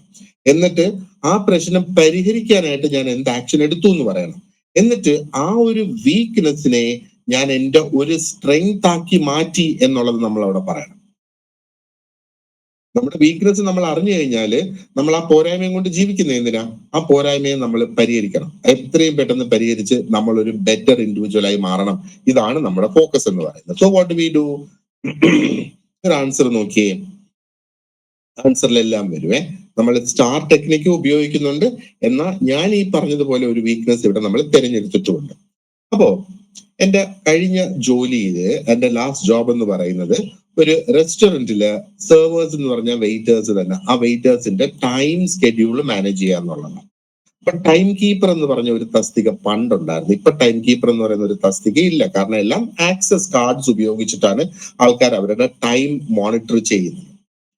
അപ്പം ഈ ഒരു ടൈം കീപ്പർ എന്ന ജോലിയിൽ എനിക്ക് ചെയ്യേണ്ടിയിരുന്ന ജോലി എന്ന് പറയുന്നത് ആൾക്കാർ കൃത്യസമയത്ത് അവരുടെ വർക്ക് തുടങ്ങിയോ, കൃത്യസമയത്ത് മാത്രമേ അവർ നിർത്തിയോളോ, അവരുടെ ബ്രേക്ക് അവർക്ക് കൊടുത്തിട്ടുള്ള സമയത്ത് മാത്രമേ അവർ എടുത്തിട്ടുള്ളൂ എന്നൊക്കെ ഉള്ളത് നോക്കി അവർക്ക് ഡെയിലി ഞാൻ ഫീഡ്ബാക്ക് കൊടുക്കണം. ഇന്ന് സമയമെല്ലാം കൃത്യമായിട്ട് പാലിച്ചിട്ടുണ്ട്, ഇന്നലെ അല്ലെങ്കിൽ അടുത്ത ദിവസം ഞാൻ പറയുന്നത് ഇന്ന് ഒരു 5 മിനിറ്റ് ലേറ്റ് ആയിരുന്നു. ഇത്രയാണ് എന്റെ ജോലിയിൽ ഞാൻ ചെയ്യേണ്ടത്. പക്ഷെ ഞാൻ എന്ത് ചെയ്ത്, ഈ ടൈം മാനേജ് ചെയ്യുന്ന ജോലി ആയതുകൊണ്ട് ഞാൻ വിചാരിച്ച് ഞാൻ എന്താ പറയേണ്ടത്, ആൾക്കാരെല്ലാം കറക്റ്റ് ആയിട്ട് വരണം അല്ലെ, എങ്കിലല്ലേ കമ്പനിക്കും ഹോട്ടലിന്റെ മുതലാളിക്കും എന്നോടൊരു സ്നേഹം വരുത്തുള്ളൂ. അപ്പൊ ഞാൻ അവരെ വളരെ മോശമായിട്ട് അവരുടെ അടുത്ത് സംസാരിക്കാൻ അങ്ങ് തുടങ്ങി. എന്തുകൊണ്ട് ഇത് 5 മിനിറ്റ് ലേറ്റ് ആയിട്ട് വന്ന്, ഈ എല്ലാ ദിവസവും ഇങ്ങനെ ആയി കഴിഞ്ഞാൽ പറ്റത്തില്ല കേട്ടോ, അങ്ങനെ ആകുമ്പോഴത്തേക്ക് നമ്മൾ വേറെ ജോലി നോക്കേണ്ടിയൊക്കെ വരും. അപ്പോ ഞാൻ അവരെ ഈ രീതിയിലൊക്കെ ഭീഷണിപ്പെടുത്താൻ തുടങ്ങി. എന്നാൽ എന്നോട് അതൊന്നും ചെയ്യാൻ ആരും ആവശ്യപ്പെട്ടിട്ടില്ല. ഞാൻ സ്വയമേ അതങ്ങ് ചെയ്യുക. കാരണം ആൾക്കാരുടെ എന്തെങ്കിലും രീതിയിൽ ആൾക്കാരുടെ മുകളിൽ നമുക്കൊരു കൺട്രോൾ ഉണ്ടെങ്കിൽ that is A feel of power. ആ ഒരു പവറിനെ നമ്മൾ എടുത്തിട്ട് നമ്മൾ അങ്ങ് കളിക്കുക. ഓക്കെ, അപ്പോ എന്റെ ശരിക്കും ഉദ്ദേശം എന്ന് പറഞ്ഞാല് ഞാൻ അവരെ ഒന്ന് ഓർമ്മിപ്പിക്കുക മാത്രമാണ് വേണ്ടത്. ഇങ്ങനെ ഒരു ടൈം സ്കെഡ്യൂൾ ഉണ്ടെന്നും ഇന്ന് ടൈം സ്കെഡ്യൂൾ പാലിച്ചു എന്നും അല്ലെങ്കിൽ പാലിച്ചില്ല എന്നും മാത്രം പറയുകയാണ് എന്റെ ജോലി. അപ്പൊ ഇവിടെ എന്താ പറ്റിയത്? ഞാൻ ഈ രീതിയിൽ വളരെ മോശമായിട്ട് അവരുടെ അടുത്ത് ഫീഡ്ബാക്ക് കൊടുക്കാൻ അല്ലെങ്കിൽ റൂഡായിട്ട് ഫീഡ്ബാക്ക് കൊടുക്കാൻ തുടങ്ങിയപ്പോ ഇത് എന്റെ മാനേജറുടെ ചെവിയിലെത്തി. എന്റെ മാനേജറുടെ ചെവിയിൽ എത്തിയിട്ട് മാനേജർ എന്നെ വിളിച്ചിട്ട് പറഞ്ഞു, കാരണം ആൾക്കാർ ജോലിക്ക് വരാൻ കൂട്ടാക്കുന്നില്ല. കാരണം ഒരു വെയിറ്ററുടെ ജോബ് എന്ന് പറഞ്ഞാൽ ആൾക്കാർക്ക് എവിടെ പോയാലും എത്രയും പെട്ടെന്ന് കിട്ടാൻ കഴിയുന്ന ഒരു ജോബാണ്. അപ്പോ മാനേജർ എന്നെ വിളിച്ചിട്ട് പറഞ്ഞ്, എന്താണ് ഈ ഒരു പ്രശ്നം ഉണ്ടാകുന്നത്, നീ വളരെ മോശമായിട്ട് റൂഡായിട്ട് ആൾക്കാരുടെ അടുത്ത് സംസാരിക്കുന്നു. പക്ഷെ എന്റെ മാനേജർ ഒരു നല്ല വ്യക്തി ആയതുകൊണ്ട് എന്നെ പിരിച്ചു വിട്ടില്ല. പകരം എന്റെ അടുത്ത് പറഞ്ഞ്, അവർക്ക് ഫീഡ്ബാക്ക് എങ്ങനെയാണ് കൊടുക്കേണ്ടത് എന്നുള്ളത് നീ പഠിക്കണം. അത് പഠിക്കുന്നതിന് ഇന്നടത്തൊരു കോഴ്സ് ഉണ്ട്. 2 മണിക്കൂറിൽ 2 ദിവസത്തെ ഒരു കോഴ്സാണ്. അതൊന്ന് പോയി അറ്റൻഡ് ചെയ്തിട്ട് വരെ എനിക്ക് 2 ദിവസത്തെ ലീവ് ഉണ്ടെന്ന്. അപ്പൊ ഞാൻ ആ കോഴ്സ് അറ്റൻഡ് ചെയ്യാൻ പോയി. അപ്പോ അതാണ് ഞാൻ എടുക്കുന്ന പരിഹാരം. ഞാൻ ഇതിനെക്കുറിച്ച് എങ്ങനെയാണ് അറിഞ്ഞത്? എന്റെ മാനേജർ പറയുമ്പോഴാണ് ഞാൻ അറിയുന്നത്. ചിലപ്പോൾ നമ്മൾ സ്വയമേ അറിയും, ചിലപ്പോൾ ആരെങ്കിലും പറയുമ്പോൾ അറിയും. അപ്പോ സാഹചര്യം ഞാൻ പറഞ്ഞ്, ഞാൻ ചെയ്തുകൊണ്ടിരുന്ന ടാസ്ക് എന്താണെന്ന് ഞാൻ പറഞ്ഞ്, എന്നിട്ട് അതിന്റെ എന്താ പറയേണ്ടത് ആ ഒരു ആക്ഷൻ, ഞാൻ ചെയ്തുകൊണ്ടിരുന്ന പ്രശ്നങ്ങൾ അവിടെ എന്താണെന്ന് പറഞ്ഞ് ഞാൻ എടുക്കുന്ന ആക്ഷനാണ് ഞാൻ ആ ഒരു ട്രെയിനിങ്ങിന് പോകുന്നത്. പോയി പഠിച്ച് എങ്ങനെ കൃത്യമായിട്ട് ഫീഡ്ബാക്ക് കൊടുക്കണമെന്ന് മനസ്സിലാക്കി ഞാൻ തിരിച്ചു വന്ന് നല്ലതുപോലെ ഞാൻ ഫീഡ്ബാക്ക് കൊടുക്കാൻ തുടങ്ങി. ഞാൻ എന്റെ ജോലിയിൽ നിന്ന് പ്രതീക്ഷിച്ചിരുന്നത് പോലെ എനിക്ക് ഫീഡ്ബാക്ക്. അപ്പൊ അങ്ങനെ വന്നപ്പോഴത്തേക്ക് ആൾക്കാർ ഹാപ്പിയായി. ആൾക്കാർ ഹാപ്പി ആയി. അപ്പോ ആൾക്കാർ ഹാപ്പി ആയപ്പോഴത്തേക്ക് അവര് കൃത്യമായിട്ട് ജോലിക്ക് വരാനായിട്ട് തുടങ്ങി. അപ്പൊ ഈ ലേറ്റ് ആവുക, ബ്രേക്ക് കൂടുതൽ എടുക്കുക എന്നുള്ള പ്രശ്നമൊക്കെ ഒരു 80% അങ്ങ് കുറഞ്ഞു. പിന്നെയും ഒരു 20% പ്രശ്നം. 100% കുറഞ്ഞെന്ന് നമുക്ക് പറയാൻ കഴിയില്ല. കാരണം അത് റിയലിസ്റ്റിക് അല്ല. ഒരിക്കലും ഒരു പ്രശ്നം 100% പരിഹരിക്കപ്പെടില്ല. നമുക്കൊരു 51% കിട്ടിയാൽ നല്ലതെന്ന് വേണമെങ്കിൽ പറയാം. അത് നിങ്ങളുടെ ജീവിതത്തിലും നിങ്ങൾ മുന്നോട്ട് പോകുമ്പോൾ നിങ്ങൾ മനസ്സിലാക്കുവാണ്. ഓക്കെ. അപ്പോ ഈ റിസൾട്ട് ഇതിൻ്റെത് വളരെ പോസിറ്റീവ് ആയിരുന്നു. എന്റെ മാനേജർ ഇംപ്രസ്ഡ് ആയി. അങ്ങനെ മാനേജർ എന്ത് ചെയ്ത് എനിക്കൊരു അഡീഷണൽ റെസ്പോൺസിബിലിറ്റിയും കൂടെ തന്ന് മറ്റ് സെക്ഷൻസിലെ സ്റ്റാഫിന്റെയും കൂടെ ടൈം കീപ്പ് ചെയ്യുന്നതിന് വേണ്ടിയിട്ട്. അപ്പോ ഒരു അഡീഷണൽ റെസ്പോൺസിബിലിറ്റി കിട്ടിയെന്നും പറഞ്ഞ് നമ്മൾ എന്താ പറയേണ്ടത്, നമ്മളെ തന്നെ കുറ്റം പറയരുത്. ഓ, അപ്പൊ അവൻ നല്ല കാര്യം ചെയ്തിട്ട് കൂടുതൽ ജോലി പിടിച്ചു പറ്റിയല്ലേ? അങ്ങനെയല്ല അതിനെ നമ്മൾ കാണേണ്ടത്. പ്രത്യേകിച്ചും ആ പ്രൈവറ്റ് സെക്ടറില് നമ്മൾ ഒരു അഡീഷണൽ റെസ്പോൺസിബിലിറ്റി കിട്ടുക എന്ന് പറഞ്ഞാൽ അതിന്റെ അർത്ഥം നമ്മൾ ഓൾറെഡി നമ്മുടെ ജോലി നല്ലതുപോലെ ചെയ്യുന്നുണ്ട്. അടുത്ത തവണ ശമ്പള വർധനവ് വരുമ്പോൾ നമുക്കൊരു നല്ല വർധനവ് കിട്ടാനുള്ള സാധ്യതയുണ്ട്, നല്ല ബോണസ് കിട്ടാനുള്ള സാധ്യതയുണ്ട്. അതേപോലെ എന്താ പറയേണ്ടത്, ഒരു ജോലി കയറ്റമൊക്കെ കിട്ടാനുള്ള സാധ്യതകൾ ആണ് അവിടെ നമ്മൾ കാണേണ്ടത്. പക്ഷെ ഗവൺമെന്റ് ജോബ്സിനെ സംബന്ധിച്ചിടത്തോളം ഞാൻ പറഞ്ഞല്ലോ, സീനിയോറിറ്റി തന്നെയാണ് അവിടെയുള്ള ആ ഒരു സാധ്യത എന്ന് പറയുന്നത്. അല്ലെങ്കിൽ നിങ്ങൾ എന്താ പറയേണ്ടത്, ബിവറേജസിൽ വർക്ക് ചെയ്യണം. ബിവറേജ് കോർപ്പറേഷനിൽ മറ്റേ മദ്യം വിൽക്കുന്ന ആ സ്ഥലങ്ങളുണ്ടല്ലോ, അവർക്ക് ഓണത്തിന് 1,00,000 രൂപയിൽ ആണ് ഏറ്റവും മിനിമം ബോണസ് അവർക്ക് കിട്ടിയത് അവിടുത്തെ സ്റ്റാഫിന്. വേറെ ആർക്കും അങ്ങനെ സ്റ്റാഫില്ല. കാരണം അത്രത്തോളം വരുമാനം അതുണ്ടാക്കുന്നുണ്ട്. അപ്പൊ അതിന്റെ MD-യുടെ ഒരു എന്താ പറയേണ്ടത്, ഒരു ഒരു ഒരു ഇന്റർവ്യൂ ഞാൻ കാണാനിടയായി. അതിലാണ് 1,00,000 രൂപ അവിടുത്തെ സ്റ്റാഫിന് ബോണസ് ഉണ്ടായിരുന്നു എന്ന് പറഞ്ഞ് ഞാൻ കേട്ടതിന്റെ ഒരു റീസൺ. അതേപോലെ എല്ലാ ഡിപ്പാർട്ട്മെന്റിലും ഒന്നും ബോണസ് ഇല്ല, ബോണസിന് പരിധിയുണ്ട്, അല്ലെ? റൈറ്റ്. അപ്പൊ അവിടെ പെർഫോമൻസ് അനുസരിച്ച് അവർ ബോണസ് കൊടുത്തു എന്നുള്ളതാണ്. ഗവൺമെന്റിലും വേണമെങ്കിൽ അത് നടക്കും. ഇനി എന്തുകൊണ്ട് നിങ്ങൾക്ക് ഈ ഒരു സർക്കാർ ഉദ്യോഗം വേണം? അപ്പോ സർക്കാർ ഉദ്യോഗം വേണം. എന്തുകൊണ്ടാണ് അത് വേണ്ടത്? അപ്പോ ഇന്നത്തെ സർക്കാർ ജോലി ഭയങ്കര സ്ഥിരതയുള്ള ജോലിയാണ്, കൃത്യമായിട്ട് ശമ്പളം കിട്ടും, അങ്ങനെയൊന്നും നമ്മൾ പറയരുത്. പകരം നമ്മൾ പറയേണ്ടത്, അപ്പൊ ഈ ഒരു ജോലിക്ക് ഞാൻ സൂട്ടബിൾ ആയിട്ടുള്ള ഒരു വ്യക്തിയാണ്, എന്റെ ക്വാളിഫിക്കേഷൻ ഈ ഒരു ജോബിന്റെ റിക്വയർമെന്റ് എല്ലാം മാച്ച് ചെയ്യുന്നുണ്ട്, അങ്ങനെ ഞാൻ ആ പരീക്ഷയ്ക്ക് തയ്യാറെടുത്തു, അത് എനിക്ക് ഈ ഒരു ജോലിക്ക് താല്പര്യമുണ്ട് എന്നുള്ള രീതിയിൽ ഞാൻ അതിനെ അങ്ങനെ അപ്രോച്ച് ചെയ്തു എന്ന് പറയാം. ഇനി മറ്റൊരു കാര്യം നമുക്ക് പറയാവുന്നതെന്ന് പറഞ്ഞാൽ, ഈ ഒരു സർക്കാർ ജോലി അത് എങ്ങനെയാണ് നമുക്കൊരു പാഷൻ. അപ്പോ ഇപ്പൊ സോഷ്യൽ സർവീസ്, സോഷ്യൽ വർക്ക് ഒക്കെ പഠിച്ചിട്ടുള്ള അല്ലെങ്കിൽ സൈക്കോളജി ഒക്കെ പഠിച്ചിട്ടുള്ള ഒരു വ്യക്തികളാണെന്നുണ്ടെങ്കിൽ നിങ്ങൾക്ക് പറയാം, എന്താ പറയേണ്ടത്, ഞാൻ പഠിച്ച ഈ ഒരു സബ്ജക്ട് എന്ന് പറയുന്നതാണ് എന്റെ പാഷൻ എന്ന് പറയുന്നത്. അപ്പോ ഈ പാഷനെ തന്നെ നമുക്ക് ജോലിയാക്കി മാറ്റാനുള്ള ഒരു അവസരമാണ് എനിക്ക് ഈ ഒരു ഓപ്പർച്യൂണിറ്റിയിൽ കിട്ടിയത്. അപ്പൊ അത് സർക്കാർ ജോലി എന്നുള്ള ആ ഒരു നിലയിൽ നമ്മൾ നോക്കുകയാണെങ്കിൽ ഒരുപാട് അധികം അർഹതപ്പെട്ട ആൾക്കാരിലേക്ക് എന്റെ സേവനം എത്തിക്കാനായിട്ട് എനിക്ക് കഴിയും. അപ്പോ ആ ഒരു ഉദ്ദേശത്തിൽ ഞാൻ മോട്ടിവേറ്റഡ് ആയിരുന്നു ഫോർ എ ഗവൺമെന്റ് ജോബ്. ഇനി ചിലപ്പോൾ നമ്മുടെ കുടുംബത്താരെങ്കിലും ഒരു ഗവൺമെന്റ് എംപ്ലോയി ഉണ്ടാകാം, ചിലപ്പോൾ നമ്മുടെ അച്ഛൻ, അമ്മ, സഹോദരങ്ങള്, ചിലപ്പോൾ നിങ്ങളുടെ സ്പൗസ് ഒരു ഗവൺമെന്റ് എംപ്ലോയി ആയിരിക്കാം.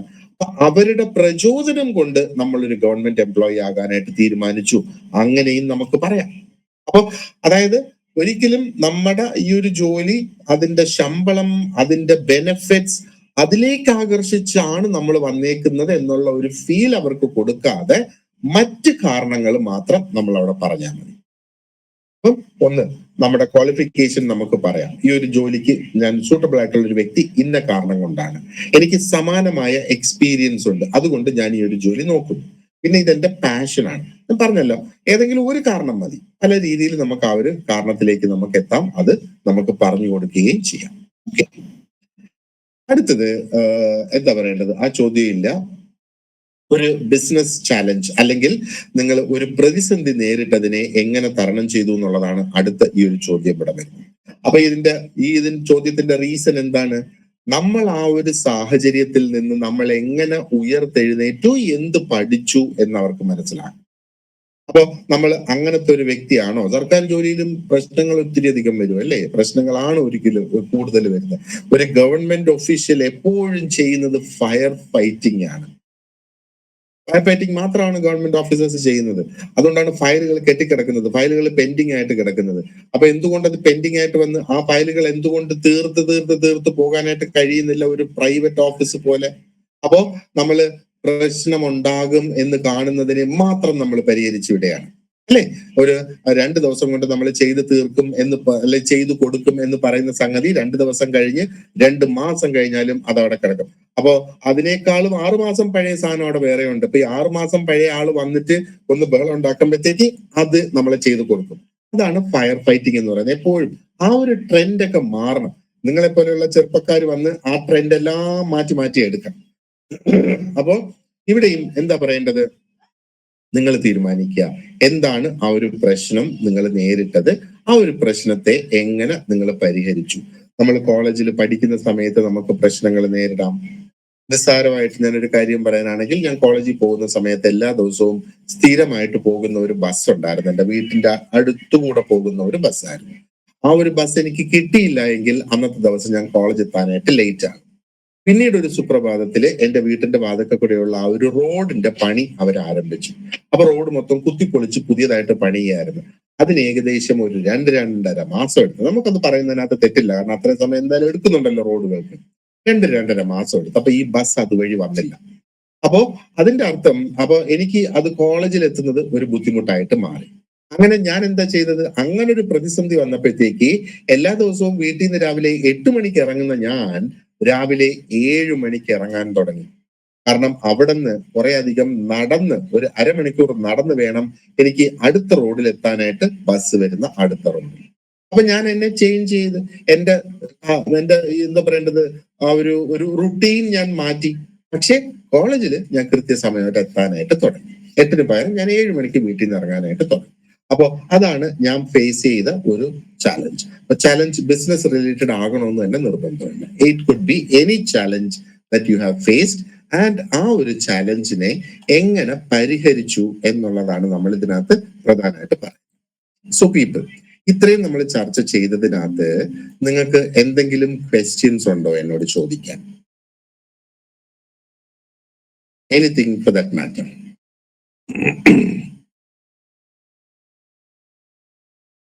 ഒന്നുമില്ല എന്ന് ഞാൻ വിചാരിക്കുന്നു. Okay, so let's go on with your subject related, അല്ലെങ്കിൽ ആ ഒരു ടെക്നിക്കൽ ക്വസ്റ്റ്യൻസ് എന്ന് ഞാൻ വിശേഷിപ്പിക്കുന്ന ക്വസ്റ്റ്യൻസിനെ നമുക്കൊന്ന് നോക്കാം. അപ്പൊ എന്താണ് ഈ ഒരു ടെക്നിക്കൽ ക്വസ്റ്റ്യൻസ് എന്ന് പറയുന്നത്? ടെക്നിക്കൽ ക്വസ്റ്റ്യൻസ് എന്ന് പറയുന്നത് നമ്മുടെ സബ്ജക്ട് ആയിട്ട് ബന്ധപ്പെട്ട ക്വസ്റ്റ്യൻസ്, അല്ലെങ്കിൽ നമ്മുടെ ഡിപ്പാർട്ട്മെന്റുമായിട്ട് ബന്ധപ്പെട്ട ക്വസ്റ്റ്യൻസ്. അങ്ങനെയുള്ള ക്വസ്റ്റ്യൻസ് നമുക്ക് വരും. നോക്ക്, നമ്മൾ ഒരുപാട് ക്വസ്റ്റ്യൻസ് നമ്മൾ നോക്കുമ്പോൾ നമ്മൾ അതിലേക്ക് അങ്ങ് ആഴ്ന്നിറങ്ങും. പിന്നെ ഏത് തരത്തിലുള്ള ഒരു ചോദ്യം നമ്മുടെ മുന്നിൽ വന്നാലും നമുക്ക് ആ ഒരു ചോദ്യത്തിന് ഉത്തരം കൊടുക്കാനായിട്ട് സാധിക്കും, ഒരു പ്രശ്നമില്ല. ഓക്കെ, അപ്പോ ഇവിടെ എന്താ പറയണ്ടേ, ഇതെല്ലാം നിങ്ങളുടെ നോട്ട്സിൽ ഞാൻ തരും, അത് നിങ്ങൾ വായിച്ചു നോക്കിക്കൊണ്ടാൽ മതി. അപ്പൊ ഈ ടെക്നിക്കൽ ക്വസ്റ്റ്യൻസ് ആൻസർ ചെയ്യുമ്പോഴും നമ്മൾ ഒരു 4 സ്റ്റെപ്പ് ഫോർമുല നമ്മൾ വെക്കുക. ടെക്നിക്കൽ എന്ന് ഞാൻ പറയുന്നത് സബ്ജക്ട് റിലേറ്റഡ്, ഡിപ്പാർട്ട്മെന്റ് റിലേറ്റഡ് ആണ്. അപ്പൊ നമുക്ക് എന്തെങ്കിലും ഒരു ഈ ടൈപ്പ് ഒരു, അല്ലെങ്കിൽ നമ്മുടെ സബ്ജക്റ്റുമായിട്ട് റിലേറ്റ് ചെയ്ത് ഡിപ്പാർട്ട്മെന്റുമായിട്ട് റിലേറ്റ് ചെയ്തൊക്കെ ഒരു ചോദ്യം വരുമ്പോഴത്തേക്ക് നമുക്ക് ഇത് തുടങ്ങുമ്പോഴും നമ്മളൊരു ഒരു ഒരു ഒരു ചെറിയ ഒരു ബാക്ക്ഗ്രൗണ്ട് നമുക്ക് അറിയാമെങ്കിൽ അത് പറഞ്ഞ് നമുക്ക് തുടങ്ങാം. അപ്പൊ ചിലപ്പം എന്താ പറയേണ്ടത്, ഈ ഒരു ചോദ്യം എന്തായിരുന്നു ഇവിടെ? ഓക്കെ, അപ്പോ ഇവിടെ നമ്മൾ എന്താ പറയേണ്ടത്, ആ ഒരു ഏത് പോളിസിയെ അടിസ്ഥാനപ്പെടുത്തി, അല്ലെങ്കിൽ ഏത് സ്കീമിനെ, എന്ത് സാഹചര്യത്തിനെ അടിസ്ഥാനപ്പെടുത്തിയിട്ടൊക്കെയാണ് അവർ ചോദിക്കുന്നത്, അത് കേരളത്തിന്റെ ആ ഒരു സിറ്റുവേഷനിൽ എങ്ങനെയാണ് അത് മാച്ച് ആവുന്നത്, അല്ലെങ്കിൽ എങ്ങനെ അതിനെ ബാധിക്കുന്നു എന്നൊക്കെയുള്ള. അപ്പൊ നമ്മുടെ അടുത്ത് ICDS സ്കീമിനെ കുറിച്ച് നിങ്ങൾക്ക് എന്തറിയാമെന്ന് ചോദ്യം ആണെന്നുണ്ടെങ്കിൽ നമുക്ക് എന്താ പറയേണ്ടത്?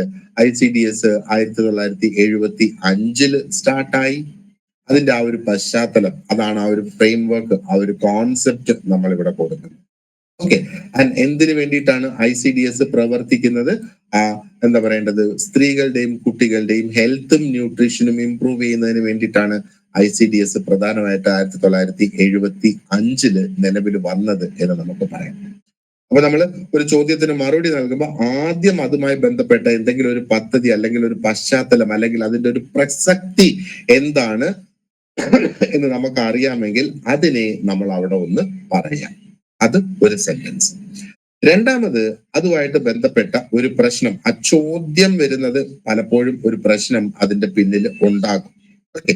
അപ്പോ നമ്മൾ എന്തായിരുന്നു ആ ഒരു സമയത്ത് ആ പ്രശ്നം എന്നുള്ള, അല്ലെങ്കിൽ ഇപ്പോഴും കേരളം നേരിടുന്ന ഒരു പ്രശ്നം എന്താണ്? നമുക്ക് വേണമെങ്കിൽ പറയാം, 16% കുട്ടികൾ, 5 വയസ്സിൽ താഴെ പ്രായമുള്ള കുട്ടികൾ ഇപ്പോഴും സ്റ്റണ്ടഡ് ആണ്. അത് ഈ ഒരു സർവേ പ്രകാരം 2021 നടന്ന NFHSന്റെ ആ ഒരു സർവേ പ്രകാരം ഇപ്പോഴും 16% കുട്ടികളുണ്ട് അവർക്ക് വളർച്ച മുരടിച്ച കുട്ടി, അല്ലെങ്കിൽ ആ രീതിയിൽ സ്റ്റാൻഡേർഡ് എന്ന് പറഞ്ഞാൽ ഒരു മുരടിപ്പാണല്ലോ അവിടെ വരുന്നത്. അപ്പൊ നമ്മൾ ആ ഒരു പ്രശ്നം അവിടെ വിശദീകരിക്കുന്നു. അപ്പൊ ഞാനിത് ജസ്റ്റ് ഒരു എക്സാമ്പിൾ എടുത്തു എന്നുള്ളതേ ഉള്ളേ. എന്നിട്ട് പിന്നെ നമ്മൾ അതിന്റെ ആ ഒരു ആക്ഷൻ പ്ലാൻ, എന്ത് ആക്ഷൻ ഇതിന് എടുക്കാം, അല്ലെങ്കിൽ എന്ത് ആക്ഷൻ ആണ് ആ ഒരു സ്കീമിൽ പറഞ്ഞിരിക്കുന്നത്, അതാണ് നമുക്ക് എടുക്കാൻ പറ്റുന്ന ആക്ഷൻ അല്ലേ. സർക്കാർ ഉദ്യോഗസ്ഥന്മാരുടെ ഏറ്റവും വലിയ പോരായ്മ അതാണ്. നമുക്ക് നമുക്ക് എന്തൊരു ആക്ഷനും നമുക്ക് എടുക്കാനായിട്ട് കഴിയില്ല. നമ്മൾ ആ ചട്ടക്കൂടിന്റെ ഉള്ളിൽ നിന്നുകൊണ്ട് മാത്രമേ നമുക്ക് ആക്ഷൻ എടുക്കാനായിട്ട് സാധിക്കുകയുള്ളൂ. അപ്പോ ഈ നമ്മൾ പറയാൻ പോകുന്ന ഈ ഒരു ആക്ഷൻ എന്ന് പറയുന്നത് ആ സ്കീമിന്റെ ഭാഗം ആണ് അല്ലെങ്കിൽ അല്ല എന്ന് നമുക്ക് ഉറപ്പില്ലെങ്കിൽ നമ്മുടെ വാചകങ്ങളും നമ്മൾ അതേപോലെ ഒന്ന് വളച്ചൊടിക്കണം. അപ്പോ ഈ സ്കീമിന്റെ ഭാഗമായിട്ട് ഇങ്ങനെ ഒരു ആക്ഷൻ എടുക്കാൻ കഴിയുമെങ്കിൽ ഇതായിരിക്കും ഞാൻ അതിന് ചെയ്യുക. ഇല്ലെങ്കിൽ ആ ഒരു സ്കീം എന്താണെന്ന് കൃത്യമായിട്ട് വായിച്ചു നോക്കി എങ്ങനെയാണ് അത് നടപ്പാക്കേണ്ടത്, എന്ത് ആക്ഷൻ ആണ് അതിൽ പ്രൊപ്പോസ് ചെയ്തേക്കുന്നത്, ആ ഒരു ആക്ഷൻ ആയിരിക്കും ഞാൻ എടുക്കുക എന്ന് നമുക്ക് അവിടെ പറയാം. അപ്പൊ ഇവിടെ ആ ഒരു എന്താ പറയേണ്ടത്, അമൃതം ന്യൂട്രിമിക്സ് എന്ന പ്രോഗ്രാമിന്റെ കാര്യം അവിടെ പറയുന്നുണ്ട്. അതേപോലെ പോഷൻ ട്രാക്കർ ആപ്പിന്റെ കാര്യം അവിടെ പറയുന്നുണ്ട്. അപ്പൊ പോഷൻ ട്രാക്കർ ആപ്പ് വളരെ day in and day out നിങ്ങൾക്ക് ഇതേ കണക്ക് കുറച്ച് ആപ്സ് ഓൾറെഡി ഉണ്ട്. എന്താ പറയേണ്ടത്, അംഗൻവാടിയിലെ ടീച്ചേഴ്സ് അല്ലെങ്കിൽ അംഗൻവാടിയിലെ വർക്കേഴ്സ് ഉപയോഗിക്കുന്ന ആപ്പ്, അതിന്റെ മോണിറ്ററിങ് നിങ്ങളുടെ സ്ഥലത്തേക്ക് വരും എന്നുള്ളത്. അപ്പോ ഇങ്ങനെ ഒരു ആക്ഷൻ എടുക്കുമ്പോഴത്തേക്ക് അതുകൊണ്ട് എന്ത് ഔട്ട്കം ഉണ്ടാകും? അപ്പൊ എന്താ പറയേണ്ടത്, അപ്പൊ എന്താണ് ആ ഒരു അംഗൻവാടി മാനേജ്മെന്റ് അതിലേക്ക്, അല്ലെങ്കിൽ ആ ഒരു മാൽന്യൂട്രീഷൻ നമുക്ക് കുറച്ചു കൊണ്ടുവരാനായിട്ട് കഴിയും. മാൽന്യൂട്രീഷൻ കുറച്ചു കൊണ്ടുവരാനായിട്ട് കഴിഞ്ഞു. പ്രത്യേകിച്ച് ഇപ്പൊ നമ്മൾ നോക്കുകയാണെന്നുണ്ടെങ്കിൽ എന്താ പറയേണ്ടത്, അംഗൻവാടി മാനേജ്മെന്റിന് ഒരു നാഷണൽ അവാർഡ് കേരളത്തിന് ലഭിച്ചിട്ടുണ്ട് ജൂലൈ 2025. അപ്പോ അങ്ങനെയൊക്കെയുള്ള കാര്യങ്ങൾ നമുക്ക് ഇവിടെ പറയാം. ഓക്കെ. അപ്പോ ഇവിടെ ആ ഒരു എക്സ്പെക്റ്റഡ് ആയിട്ടുള്ള ഔട്ട്കം അല്ലെങ്കിൽ അതിന്റെ ഇമ്പാക്ട് എന്താണ് എന്നുള്ളതും കൂടെ നമ്മൾ പറഞ്ഞ് വ്യക്തമാക്കണം. ഈ ഒരു രീതിയിൽ വേണം നമ്മൾ ആ ഒരു ഡിപ്പാർട്ട്മെന്റ് റിലേറ്റഡ് ആയിട്ട്, അല്ലെങ്കിൽ നമ്മുടെ സബ്ജക്ട് റിലേറ്റഡ് ആയിട്ടുള്ള ഒരു ക്വസ്റ്റ്യൻ വരെയാണെങ്കിൽ അതിന് നമ്മൾ ആൻസർ കൊടുക്കാൻ നോക്ക്. ICDS സൂപ്പർവൈസർ എന്ന് പറയുന്ന ആ ഒരു പൊസിഷൻ ഇപ്പൊ പലപ്പോഴും ചോദിക്കാറുണ്ട് ആൾക്കാർ, അല്ലെ, ICDS സൂപ്പർവൈസറിനും CDPOയ്ക്കും സെയിം ആണോ സിലബസ്? ഒരു പരിധി വരെ സിലബസ് സെയിം ആണ്. പക്ഷെ ഇതിനകത്ത് രണ്ടിനകത്തുള്ള ഡിഫറൻസ് എന്താണെന്ന് അറിയാമോ? ICDS സൂപ്പർവൈസറെ സംബന്ധിച്ചിടത്തോളം അവര് കംപ്ലീറ്റ് ആക്ഷൻ റിലേറ്റഡ് ആയിട്ടുള്ള വ്യക്തികളാണ് ആ ഒരു തസ്തിക എന്ന് പറയുന്നത്. CDPO റിലേറ്റഡ് ആയിട്ടുള്ള വ്യക്തികൾ എന്ന് പറയുന്നത് കുറെ കൂടെ തിയറി റിലേറ്റഡ് ആയിട്ടാണ് അവർ വർക്ക് ചെയ്യുന്നത്. അവര് ഫീൽഡിൽ വരുന്നില്ല, അവര് തിയറി റിലേറ്റഡ് ആയിട്ട് അവർ വർക്ക് ചെയ്യുന്നത്. എന്നാൽ ആക്ഷൻ റിലേറ്റഡ് ആയിട്ട് വർക്ക് ചെയ്യുന്നത്, ശരിക്കും ആ ഒരു ഗ്രൗണ്ടിൽ ആക്ഷൻ എടുക്കുന്നത് ICDS സൂപ്പർവൈസേഴ്സ് ആണ്. ഇതാണ് നിങ്ങളുടെ പരീക്ഷയുടെ സ്വഭാവത്തിന്റെയും വ്യത്യാസം, നിങ്ങളുടെ ഇന്റർവ്യൂവിന്റെ സ്വഭാവത്തിലും വരുന്ന വ്യത്യാസം. നിങ്ങൾ സെയിം മെറ്റീരിയൽ പഠിക്കുന്നു, പക്ഷേ ഡിഫറെന്റ് ടൈപ്പ് ഓഫ് ക്വസ്റ്റ്യൻസ് അവിടെ വരാൻ പോകുന്നു. അപ്പൊ ഇതിനെ രണ്ടും രണ്ട് കാഴ്ചപ്പാടിലൂടെ നമ്മൾ കണ്ടെങ്കിൽ മാത്രമേ ആ ഒരു വ്യത്യാസം നമുക്ക് മനസ്സിലാക്കാനായിട്ട് സാധിക്കുള്ളൂ. അപ്പോ ഇത്തരം ചോദ്യങ്ങൾ നമ്മൾ ആൻസർ ചെയ്യുമ്പോൾ നമ്മൾ ചെയ്യേണ്ടിയ കുറച്ച് കാര്യങ്ങൾ എന്ന് പറയുന്നത്, ഒന്ന്, കേരള റിലേറ്റഡ് ആയിട്ടുള്ള എക്സാമ്പിൾസ് നമ്മൾ എടുക്കുക. മറ്റ് സംസ്ഥാനങ്ങളെ റിലേറ്റ് ചെയ്തുള്ള എക്സാമ്പിൾസ് നമ്മൾ ഇവിടെ ചൂണ്ടിക്കാണിക്കാതിരിക്കുക. നമ്മൾ കേരള റിലേറ്റഡ് എക്സാമ്പിൾസ് തന്നെ എടുക്കണം. ഓക്കെ. പിന്നെ എന്താ പറയേണ്ടത്, റിയൽ ആയിട്ടുള്ള ഗവൺമെന്റ് സ്കീംസ്, അതുകൊണ്ടാണ് നമ്മൾ സ്കീംസിനെ കുറിച്ച് മനസ്സിലാക്കിയിരിക്കണം എന്ന് പറയുന്നത്. ആൻഡ് എന്തെങ്കിലും റീസെന്റ് ആയിട്ടുള്ള അപ്ഡേറ്റ് ഒരു സ്കീമിൽ വന്നിട്ടുണ്ടെങ്കിൽ അതിനെക്കുറിച്ച് നമുക്ക് പറയാം, അല്ലെ. നമുക്കറിയാം, നമ്മൾ പഠിച്ചിട്ടുണ്ട്, നമ്മൾ എന്താ പറയേണ്ടത്, ആ ഒരു സ്കീം എങ്ങനെ നടപ്പാക്കണമെന്നും ആ ഒരു സ്കീമിനകത്ത് അതിന്റെ റിസൾട്ട് നോക്കിയിട്ട് നമുക്ക് ആ സ്കീമിൽ മോഡിഫിക്കേഷൻ വരുത്താം. ഇതെല്ലാം നമ്മൾ പരീക്ഷയ്ക്ക് വേണ്ടി പഠിച്ചിട്ടുള്ള സംഗതികളാണ്, അല്ലെ. അപ്പോ ഒരു സ്കീം ആദ്യമേ അതങ്ങ് നടപ്പാക്കി, അതാണ് പ്രോജക്ട് മാനേജ്മെന്റിനകത്ത് വരുന്നത്. അത് നടപ്പാക്കിയിട്ട് അതിനകത്തെ പോരായ്മകൾ, ആ ഒരു ഫസ്റ്റ് റൗണ്ട് ഏകദേശം പൂർത്തിയാകുമ്പോൾ അറിയാം അതിന്റെ പോരായ്മകൾ എന്താണെന്ന്. അടുത്ത റൗണ്ട് സ്റ്റാർട്ട് ചെയ്യുന്നതിന് മുമ്പേ ഈ പോരായ്മ പരിഹരിച്ചായിരിക്കും അതേ സ്കീം വരുന്നത്. അപ്പം എസെൻഷ്യലി എന്ത് സംഭവിച്ച്, ആ സ്കീം മോഡിഫൈഡ് ആയി. സർക്കാരിനെ സംബന്ധിച്ചിടത്തോളം മോഡിഫൈ ചെയ്ത സ്കീം അവർ പുതിയ പേപ്പേഴ്സ് അതിന് പുറത്തിറക്കണം, പുതിയ വിജ്ഞാപനം പുറപ്പെടുവിക്കണം. അതാണ് നമുക്ക് റീസെന്റ് അപ്ഡേറ്റ്സ് ആയിട്ട് സ്കീമുകളെ കുറിച്ചുള്ള റീസെന്റ് അപ്ഡേറ്റ്സ് ആയിട്ട് നമ്മുടെ ചോദ്യമായിട്ട് നമ്മുടെ മുന്നിൽ വരുന്നത് ആ വക ചേഞ്ചസ്. പിന്നെ പുതിയതായിട്ട് വന്നിട്ടുള്ള ആൻസേഴ്സ്, അല്ല സോറി, സ്കീംസ് എന്ന് പറയുന്നത്.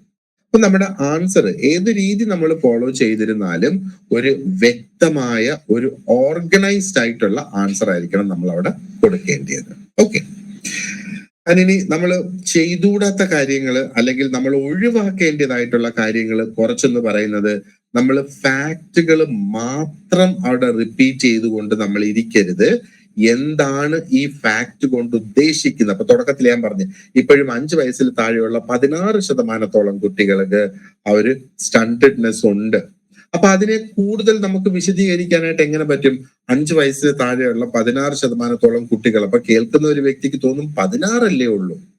1% അത് പ്രധാനപ്പെട്ടതല്ലേ? കാരണം അതൊരു മനുഷ്യന്റെ കാര്യമല്ലേ നമ്മൾ ഇവിടെ ഈ പറയുന്നത്.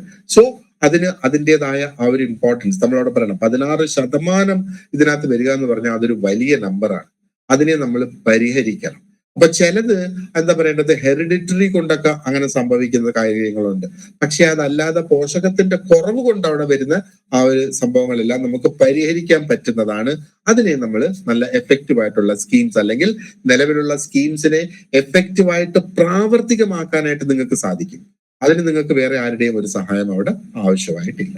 ഓക്കെ, ഇനി ഒരു കാരണവശാലും ഒരു തരത്തിലുള്ള ഒരു പോളിസിനെയോ അല്ലെങ്കിൽ ഒരു സ്കീമിനെയോ നമ്മൾ ക്രിട്ടിസൈസ് ചെയ്യരുത്. അപ്പോ എല്ലാ സ്കീംസും പോളിസീസും നല്ലതാണ് എന്ന നിലയിൽ വേണം നമ്മൾ ആ ഇന്റർവ്യൂ സമയത്ത് നമ്മൾ അവിടെ പ്രതികരിക്കാനായിട്ട്. അല്ലെങ്കിൽ അതിന് ഇന്ന പോരായ്മകളുണ്ട്, അത് ഇങ്ങനെ ചെയ്തിരുന്നെങ്കിൽ അത് ഇങ്ങനെ ആയേനെ എന്നുള്ള കാര്യങ്ങളൊന്നും നമ്മൾ അവിടെ ഇരുന്ന് പറയാം. അവർ ചിലപ്പോൾ നമ്മളോട് ചോദിക്കും, എന്തെങ്കിലും ഒരു മാറ്റം നിങ്ങൾ പ്രൊപ്പോസ് ചെയ്യാൻ അല്ലെങ്കിൽ ഒരു മാറ്റം നിങ്ങൾ വരുത്തുമെങ്കിൽ നിങ്ങളുടെ ആ ഒരു ഏരിയയിൽ ഒരു മാറ്റം വരുത്തുമെങ്കിൽ അത് എന്തായിരിക്കും ആ ഒരു മാറ്റം വരുത്തുക? അപ്പൊ സ്കീം മാറ്റും എന്ന് പറയുന്നതിനേക്കാളും നല്ലത് ഒരു പക്ഷെ നമുക്ക് വേണമെങ്കിൽ പറയാം, അംഗൻവാടിയിലെ സൗകര്യങ്ങൾ ഒന്നും കൂടെ വർദ്ധിപ്പിക്കാനായിട്ടുള്ള ഒരു ശ്രമം ഞാൻ നടത്താമല്ലോ. അതിനുള്ള ശ്രമം അതെങ്ങനെ നടത്തും? സർക്കാരിലേക്ക് എന്താ പറയണ്ടേ, അതിന്റെ റിപ്പോർട്ട് കൊടുക്കാം. എന്താ പറയണ്ടേ, ലോക്കൽ പഞ്ചായത്തുമായിട്ട് ബന്ധപ്പെട്ട് അവിടെ ഒരു പക്ഷേ പഞ്ചായത്ത് മുഖാന്തരം അല്ലെങ്കിൽ അവിടുത്തെ വാർഡ് മെമ്പറിന്റെ മുഖാന്തരം ഒരു പക്ഷേ ആൾക്കാരിൽ നിന്ന് പൈസ അവർക്ക് പിരിച്ച് നമ്മുടെ ആവശ്യം നേടിത്തരാനായിട്ട് സാധിക്കും. ഒരു സർക്കാർ ഉദ്യോഗസ്ഥന് പോയി ആ പൈസ പിരിക്കാനായിട്ട് പറ്റത്തില്ല. പക്ഷെ പഞ്ചായത്തിനത് ചെയ്യാം, വാർഡ് മെമ്പർക്ക് അവിടെ ചെയ്യാം. അപ്പൊ അതിനാണ് ആ ലോക്കലായിട്ടുള്ള ആൾക്കാരുടെ സഹായം നമ്മൾ അവിടെ എടുത്ത്, സെൽഫ് ഹെൽപ്പ് ഗ്രൂപ്പ്സിന്റെ ഒക്കെ സഹായം നമുക്ക് എടുത്ത് അതിന് വേണ്ടിയിട്ട് നമുക്ക് പ്രവർത്തിക്കാമെന്ന് പറയുന്നത്. മനസ്സിലായില്ലേ? അപ്പൊ അങ്ങനെയുള്ള കാര്യങ്ങൾ നമുക്ക് അവിടെ പറയാം. അപ്പൊ നിയമത്തിന്റെ ചട്ടക്കൂടിനുള്ളിൽ നിന്ന് ചെയ്യാൻ പറ്റുന്ന കാര്യങ്ങൾ എന്ന് ഇടയ്ക്കിടയ്ക്ക് നമ്മളൊന്ന് പറഞ്ഞോളുക. അപ്പോ അത് നിയമം അനുവദിക്കാത്തതാണെങ്കിൽ അത് ഞാൻ ചെയ്യില്ല. കാരണം ഇപ്പോഴത്തെ നിലയിൽ നമുക്ക് അറിഞ്ഞുകൂടാ അത് നിയമം അനുവദിക്കുന്നതാണോ അല്ലയോ എന്നുള്ളത്. നിങ്ങൾ ആ ജോലിയിൽ കയറി നിങ്ങളുടെ ട്രെയിനിങ് ഒക്കെ കഴിഞ്ഞ് നിങ്ങൾ അതിന്റെ നിയമങ്ങളും കാര്യങ്ങളും ഒക്കെ പഠിച്ചതിന് ശേഷമാണ് അവിടെ കുറച്ചും കൂടെ മനസ്സിലാക്കുന്നത്. അപ്പൊ ഇതും നമ്മൾ പറയാം, ഞാൻ ചെയ്യുമ്പോൾ അത് നിയമത്തിന്റെ ഉള്ളിൽ നിന്നായിരിക്കും ഞാനത് ചെയ്യുക എന്നുള്ളതാണ് നമ്മൾ അവിടെ. ഓക്കെ, അപ്പോ ഇനി താഴോട്ട് അങ്ങ് നോക്കുന്നതിന് വേണ്ടിയിട്ട് ഒരുപാട് ചോദ്യങ്ങളും അതിന്റെ സാമ്പിൾ ആയിട്ടുള്ള ഉത്തരങ്ങളും ഞാൻ അവിടെ കൊടുത്തിട്ടുണ്ട്. അപ്പൊ നിങ്ങൾ ഓരോരുത്തരും നിങ്ങൾക്ക് ആവശ്യമായ ആ ഒരു രീതിയിൽ അതിന്റെ ക്വസ്റ്റ്യൻസ് ഒന്ന് മാറ്റിയും തിരിച്ചും, അല്ല ക്വസ്റ്റ്യൻസിന്റെ ആൻസേഴ്സ് പ്രധാനമായിട്ട് നമ്മൾ നോക്കേണ്ടതെന്ന് പറഞ്ഞാല്, ഓക്കെ ഇങ്ങനെയുള്ള ചോദ്യങ്ങളും നമ്മളോട് ചോദിക്കാമോ, ഇങ്ങനെയുള്ള ചോദ്യങ്ങളും വരും അല്ലേ, അപ്പം ഇതിന് എങ്ങനെ അതിന്റെ ആ ഒരു ഉത്തരത്തിലേക്ക് നമുക്ക് എത്താം. അപ്പൊ ഇത് എല്ലാം ഞാൻ ഇംഗ്ലീഷിലാണ് എഴുതിയേക്കുന്നത്, പക്ഷെ ഇംഗ്ലീഷിലൊന്നും പറയണ്ട, ഇതിന്റെ തന്നെ മലയാളത്തിൽ അതിന്റെ അർത്ഥം ഒന്ന് പറഞ്ഞാൽ മതി. അപ്പൊ ഈ കാണുന്ന ആദ്യത്തെ 20 ചോദ്യങ്ങൾ എന്ന് പറയുന്നത് ICDSന്റെ മാനുവൽ ബേസ് ചെയ്തുകൊണ്ടുള്ള ചോദ്യങ്ങളാണ്. ഇനി അതിന് താഴോട്ട് നമ്മൾ പോകുമ്പോഴത്തേക്ക് നിങ്ങൾക്ക് കാണാനായിട്ട് സാധിക്കും ഓരോ സബ്ജക്ട് റിലേറ്റഡ് ആയിട്ടുള്ള ക്വസ്റ്റ്യൻസും ഞാൻ അവിടെ കൊടുത്തിട്ടുണ്ട്. അപ്പം ആ ക്വസ്റ്റ്യൻസും കൂടെയൊക്കെ ഒന്ന് ഓടിച്ച് വായിച്ച് നോക്കി എങ്ങനെ ഒരുപാടധികം സ്കീമുകൾ റിലേറ്റഡ് ആയിട്ടുള്ള ക്വസ്റ്റ്യൻസ് ഇവിടെ നോക്കിയിട്ടുണ്ട്. അപ്പൊ ആ ഒരു ഇൻഫർമേഷൻ നമ്മുടെ കയ്യിൽ എത്തുക എന്നുള്ളതാണ്. ഇതൊന്നും കാണാതെ പഠിക്കേണ്ട ആവശ്യമൊന്നുമില്ല. പക്ഷെ 1-2 തവണ നമ്മൾ ഇതൊന്ന് വായിച്ചു നോക്കിയിട്ട് നമ്മളൊന്ന് മനസ്സിലാക്കി വെക്കുക. താഴോട്ട് വന്നാല് ഒരു 50 ചോദ്യങ്ങളാണ് നിങ്ങളുടെ സബ്ജക്ട് റിലേറ്റഡ് ആയിട്ട് ഞാൻ കൊടുത്തിട്ടുള്ളത്. ഓക്കെ, അപ്പൊ ഇതെല്ലാം സബ്ജക്ട് ആപ്ലിക്കേഷൻ ടൈപ്പ് ക്വസ്റ്റ്യൻസ് ആണ് ഇവിടെ വന്നിട്ടുള്ളത്. കാരണം ആപ്ലിക്കേഷൻ ആണ് നിങ്ങൾക്ക് നിങ്ങളുടെ ആ ഒരു ജോബിൽ കൂടുതലായിട്ട് വരാനായിട്ട് പോകുന്നത്. ഓക്കെ, അപ്പൊ ICD supervisor roles, achievements and current affairs. അപ്പൊ ഇത് അവർ ICDSന്റെ സൂപ്പർവൈസറിന്റെ റോൾസ്, ആ ഒരു ഡിപ്പാർട്ട്മെന്റിന്റെ അച്ചീവ്മെന്റ്സ്, കറന്റ് അഫയേഴ്സ് ഒക്കെയാണ് ഇതിനകത്ത് ഇവിടുന്ന് താഴോട്ടുള്ളത്. പേജ് നമ്പർ 14 മുതൽ താഴോട്ട് കുറെ അവിടെയാണ്. അപ്പൊ ഇതൊക്കെ എവിടെ നിന്നാണ് ഈ ഇൻഫർമേഷൻ ഞാൻ എടുത്തിരിക്കുന്നത് എന്നുള്ളതിന്റെ സോഴ്സ് ആണ് ഈ ഒരു ലിങ്ക് എന്ന് പറയുന്നത്. ഇതിൽ വേണമെങ്കിൽ ക്ലിക്ക് ചെയ്ത് നിങ്ങൾക്ക് ആ ഒരു ഒറിജിനൽ സോഴ്സ് ഏതാണ് എന്ന് നോക്കാനും സാധിക്കും. Supervising and monitoring, real challenges എങ്ങനെ അഡ്രസ് ചെയ്യുന്നത്, പിന്നെ കോൺസ്റ്റിറ്റ്യൂഷണൽ ആൻഡ് വെൽഫെയർ റിലേറ്റഡ് ആയിട്ടുള്ള സംഗതികള്, നാഷണൽ മിഷൻസും അതിന്റെ കൊളാബറേഷൻസും ഒക്കെ, പിന്നെ ഡിപ്പാർട്ട്മെന്റിന്റെ മൈൽ സ്റ്റോൺസ്, ഇന്നോവേഷൻ, പുതിയ കാര്യങ്ങൾ അവിടെ വന്നിട്ടുള്ളത്. പിന്നെ ഇതുണ്ട്, ഇവിടെ നിന്നാണ് ആ ഒരു കോർ സിലബസ് റിലേറ്റഡ് ആയിട്ടുള്ള പേജ് നമ്പർ 16 മുതൽ home science, sociology, social work, psychology. അപ്പൊ ഇതിന് റിലേറ്റഡ് ആയിട്ട് കുറെ ചോദ്യങ്ങളൊക്കെ ഞാൻ എന്താ പറയണ്ടേ ഓൺലൈൻ അവൈലബിൾ ആയിട്ടുള്ളതെല്ലാം എടുത്തു വിട്ടിട്ടുണ്ട്. പക്ഷെ അതിനെല്ലാം ഞാൻ ലിങ്കും ഇവിടെ കൊടുത്തിട്ടുണ്ട്. അത് നിങ്ങൾക്ക് നോക്കാം. അപ്പൊ ഹോം സയൻസിൽ റിലേറ്റഡ് ആയിട്ടുള്ള ഒരു 4 ചോദ്യങ്ങൾ ഇവിടെ, സോഷ്യൽ വർക്കും സോഷ്യോളജി റിലേറ്റഡ് ആയിട്ട് ഒരു 4 എണ്ണം, development issues and women's development, അതും ഐ തിങ്ക് സോഷ്യൽ വർക്കുമായിട്ട് റിലേറ്റഡ് ആയിട്ട് വരുന്നതാണ്. പിന്നെ എന്തൊക്കെയാണ് മോണിറ്ററിംഗ് ടൂൾസ് ആൻഡ് ടെക്നിക്സ്, ഇതൊക്കെ നമ്മുടെ സിലബസിൽ നമ്മൾ പഠിച്ചിട്ടുള്ള കാര്യങ്ങളാണ്. എങ്ങനെയാണ് ഈ ചൈൽഡ്ഹുഡ് എഡ്യൂക്കേഷൻ അതിനെ മോണിറ്റർ ചെയ്യുന്നത്, മാനേജ്മെന്റിന്റെ റോള്, അതൊക്കെയാണ് പ്രധാനമായിട്ട് ഇതുമായിട്ട് ലിങ്ക് ചെയ്ത് കണക്ട് ചെയ്ത് നമ്മൾ കാണേണ്ടത്. പിന്നെ സൈക്കോളജി, ഹ്യൂമൻ ബിഹേവിയർ, അങ്ങനെ കുറെ ചോദ്യങ്ങൾ. പിന്നെ ICDS പ്രോഗ്രാംസിന്റെ ഇംപ്ലിമെന്റേഷനുമായിട്ട് ബന്ധപ്പെട്ട് നിലവിലെ ചാലഞ്ചസിനെ കുറിച്ച് അവിടെ പറഞ്ഞിട്ടുണ്ട്. ഈ ഒരു ലിങ്കിൽ ക്ലിക്ക് ചെയ്താൽ നിങ്ങൾക്ക് ഡയറക്റ്റ് ആയിട്ട് ആ ഒരു ആർട്ടിക്കിൾ നിങ്ങൾക്ക് വായിക്കാനായിട്ട് സാധിക്കും എന്നുള്ളത്. പിന്നെ സിനാരിയോ ബേസ് ചെയ്തിട്ടുള്ള ക്വസ്റ്റ്യൻസ്, ലീഡർഷിപ്പ് ബേസ് ചെയ്തിട്ടുള്ള ക്വസ്റ്റ്യൻസ്, ഇതും ഒക്കെ നമ്മൾ ഒന്ന് വായിച്ച് അതിന്റെ ഒരു ആൻസർ എന്തായിട്ട് വരണം എന്നുള്ളത് നമ്മളൊന്ന് മനസ്സിൽ കരുതി വെക്കുക. ഓക്കെ, പിന്നെ ഈ പേജ് നമ്പർ 18 മുതൽ താഴോട്ട് നോക്കുകയാണെന്നുണ്ടെങ്കിൽ കുറെ അധികം ക്വസ്റ്റ്യൻസും അതിന്റെ മോഡൽ ആൻസേഴ്സും കൂടി ഇവിടെ കൊടുത്തിട്ടുണ്ട്. മോഡൽ ആൻസർ എന്ന് പറയുന്നത് എന്താണ്? ഞാൻ ഒരു ഉചിതമായ ആൻസർ എന്ന് വിചാരിക്കുന്നത്, നിങ്ങൾക്ക് നിങ്ങളുടേതായ രീതിയിൽ ആ ഒരു ആൻസർ പറയാം. സബ്ജക്ട് റിലേറ്റഡ് ആയിട്ട് വരുന്ന സംഗതികൾ ഇതാണ്. അപ്പം ഈ ഒരു ഡോക്യുമെന്റ് കൂടെ ഞാൻ നിങ്ങൾക്ക് അയച്ചു തരും, അതും ഒന്ന് നോക്കുക. ഈ ഡോക്യുമെന്റുകളിൽ നിന്നൊക്കെ പിന്നെ നിങ്ങളുടെ ബയോഡേറ്റ, അപ്പൊ ഈ മോക്ക് ഇന്റർവ്യൂവിന് നിങ്ങൾ വരുന്നതിന് മുന്നേ നിങ്ങളുടെ ബയോഡേറ്റ ഒന്ന് ഫില്ല് ചെയ്ത് എനിക്ക് അയക്കണം. അപ്പൊ എനിക്ക് പ്രധാനമായിട്ട് അതിനകത്ത് അറിയേണ്ട സംഗതികൾ എന്ന് പറയുന്നത് നിങ്ങളുടെ ഹോബീസ് എന്താണ് എന്ന് എനിക്കറിയണം, എന്തുകൊണ്ട് നിങ്ങൾക്ക് ഒരു സർക്കാർ ജോലി വേണം എന്നുള്ളത് എനിക്കറിയണം, നിങ്ങളുടെ താല്പര്യങ്ങൾ എന്താണ് എന്ന് എനിക്കറിയണം. അപ്പൊ നിങ്ങളുടെ ഇൻട്രസ്റ്റ്, സ്പെഷ്യൽ ആയിട്ടുള്ള കാര്യങ്ങൾ എല്ലാം അതിനകത്ത് മെൻഷൻ ചെയ്യുന്നുണ്ട്, അതെനിക്കറിയണം. അപ്പൊ ഫോം ഫില്ല് ചെയ്ത് എനിക്ക് അയച്ചില്ലെങ്കിലും കുഴപ്പമില്ല, നിങ്ങൾ മോക്ക് ഇന്റർവ്യൂവിന് വരുന്നതിന് മുന്നേ ഇതാണല്ലോ നമ്മുടെ ആ ഒരു ഫോം എന്ന് പറയുന്നത്. അപ്പൊ ഇതിനകത്ത് ഒന്ന് വേണ്ട, 2 എനിക്ക് അറിയണമെന്നില്ല, 3 നിങ്ങൾക്ക് നിലവിൽ എന്തെങ്കിലും ജോലി ഉണ്ടെങ്കിൽ അതിന്റെ ഡീറ്റെയിൽസ് ഇവിടെ എഴുതാം. അപ്പൊ അതിനെക്കുറിച്ച് എനിക്ക് ചോദ്യങ്ങൾ ചോദിക്കാം. നിങ്ങളുടെ പ്രീവിയസ് എക്സ്പീരിയൻസിനെ കുറിച്ച് നിങ്ങൾക്ക് ഇവിടെ എഴുതാം, എനിക്ക് അതിനെക്കുറിച്ച് ചോദിക്കാം. പിന്നെ 6, അപ്പൊ ഏതൊക്കെയാണ്? ഈ 3 വേണം, 4 വേണം, 6 വേണം, 7 അവർക്ക് വേണ്ടിയിട്ട് എഴുതി കൊടുക്കുക, 8 തീർച്ചയായിട്ടും വേണം. പിന്നെ 9 പറയുന്ന കാര്യങ്ങൾ, ഇതിനെയൊക്കെ റിലേറ്റ് ചെയ്ത് എനിക്ക് ചോദ്യങ്ങൾ. പിന്നെ ഈ 10ാമത്തത്, പിന്നെ 11 കണ്ടില്ലേ നമ്മുടെ വീക്ക്നെസ്സും സ്ട്രെങ്ത്തും, ആൻഡ് 12. ഇത്രയും കാര്യങ്ങൾ ഇത് പ്രിന്റ് ചെയ്യാൻ പറ്റിയില്ലെങ്കിൽ ഒരു വെള്ളക്കടലാസിൽ ഈ നമ്പർ ഇട്ട് അത് എഴുതി അതിന്റെ ഒരു ഫോട്ടോ എടുത്ത് നിങ്ങൾ പേഴ്സണൽ ആയിട്ട് എനിക്ക് അയക്കണം. മോക്ക് ഇന്റർവ്യൂവിന് വരുന്ന ആ ഒരു സമയത്ത്, എനിക്ക് ഒത്തിരി നേരത്തെ ഒന്നും അത് കിട്ടണ്ട, മോക്ക് ഇന്റർവ്യൂവിന് വരുന്ന ആ ഒരു സമയത്ത് എനിക്കത് അയച്ചു തന്നാൽ മതി. കാരണം അത് നോക്കിയിട്ട് എനിക്ക് അതിൽ നിന്ന് ചോദ്യങ്ങൾ നിങ്ങളോട് ചോദിച്ച് നിങ്ങൾക്ക് ഒരു ഫീല് തരുന്നതിന് വേണ്ടിയിട്ടാണ്, ആ ഒരു എക്സ്പീരിയൻസ് എങ്ങനെയായിരിക്കും ചോദ്യങ്ങൾ വരാൻ സാധ്യത എന്നുള്ള ആ ഒരു ഫീൽ തരാൻ. ഓക്കെ, അപ്പൊ ഇതോടുകൂടി നമ്മുടെ ക്ലാസ്സസ് എല്ലാം നമ്മൾ കംപ്ലീറ്റ് ചെയ്തിട്ടുണ്ട്. ഇനി നമുക്ക് മോക്ക് ഇന്റർവ്യൂസ് ആണ് ബാലൻസ് ഉള്ളത്. ആൻഡ് നാളെയും മറ്റന്നാളും തിങ്കളാഴ്ചയും ഒക്കെ മാക്സിമം യൂട്ടിലൈസ് ചെയ്യുക. നിങ്ങൾക്ക് മോക്ക് ഇന്റർവ്യൂവിന് നിങ്ങൾക്ക് സൗകര്യപ്പെടുന്ന സമയം നിങ്ങൾ ഓരോരുത്തരും എനിക്കൊന്നെങ്കിൽ ഗ്രൂപ്പിലിടെയോ അല്ലെങ്കിൽ പേഴ്സണൽ ആയിട്ട് എനിക്ക് നിങ്ങൾ വാട്സാപ്പിൽ മെസ്സേജ് അയക്കുക. അതനുസരിച്ച് ഞാനത് കൺഫേം ചെയ്ത് നിങ്ങളുടെ ആ ഒരു മോക്ക് ഇന്റർവ്യൂസ് കംപ്ലീറ്റ് ചെയ്തത്. അപ്പൊ ഇന്നത്തെ ഡീറ്റെയിൽസ് കൂടെ ഞാൻ അയക്കാം. അതനുസരിച്ച് പ്ലീസ് ഗെറ്റ് പ്രിപ്പയർഡ്. സോ ഇനി ആർക്കെങ്കിലും എന്തെങ്കിലും ക്വസ്റ്റ്യൻസ് ഉണ്ടോ എന്നോട് ചോദിക്കാൻ? നത്തിങ്. ഓക്കെ, അപ്പൊ അങ്ങനെയാകുമ്പോൾ we will wind up today sessions. ഇതിന്റെയും റെക്കോർഡിംഗ് ഉണ്ട്. റെക്കോർഡിംഗ് ഞാൻ ഗ്രൂപ്പിൽ പോസ്റ്റ് ചെയ്യാം. ഈ കാണിച്ച നോട്ട്സ് എല്ലാം ഞാൻ അവിടെ പോസ്റ്റ് ചെയ്യാം. അതനുസരിച്ച് നോക്കി ജസ്റ്റ് എല്ലാവരും നിങ്ങളുടെ തോട്ട്സ് ഒക്കെ ഒന്ന് ഓർഗനൈസ് ചെയ്ത് ആ ഒരു ക്വസ്റ്റ്യൻസിന്റെ ആൻസേഴ്സ്, ഒരു 10-20 ചോദ്യങ്ങളുടെയൊക്കെ ആൻസർ നമ്മൾ മനസ്സിലാക്കിയാൽ മതി. അത് മനസ്സിലാക്കി നമ്മൾ വെച്ച് കഴിഞ്ഞാൽ പിന്നീട് വരുന്നതിനെ നമുക്ക് ആൻസർ ചെയ്യാനായിട്ട് സാധിക്കും എന്നുള്ളത്. Okay, so people, thank you very much for joining me today. You have a great night, happy weekend, and wish you all the best. So see you soon.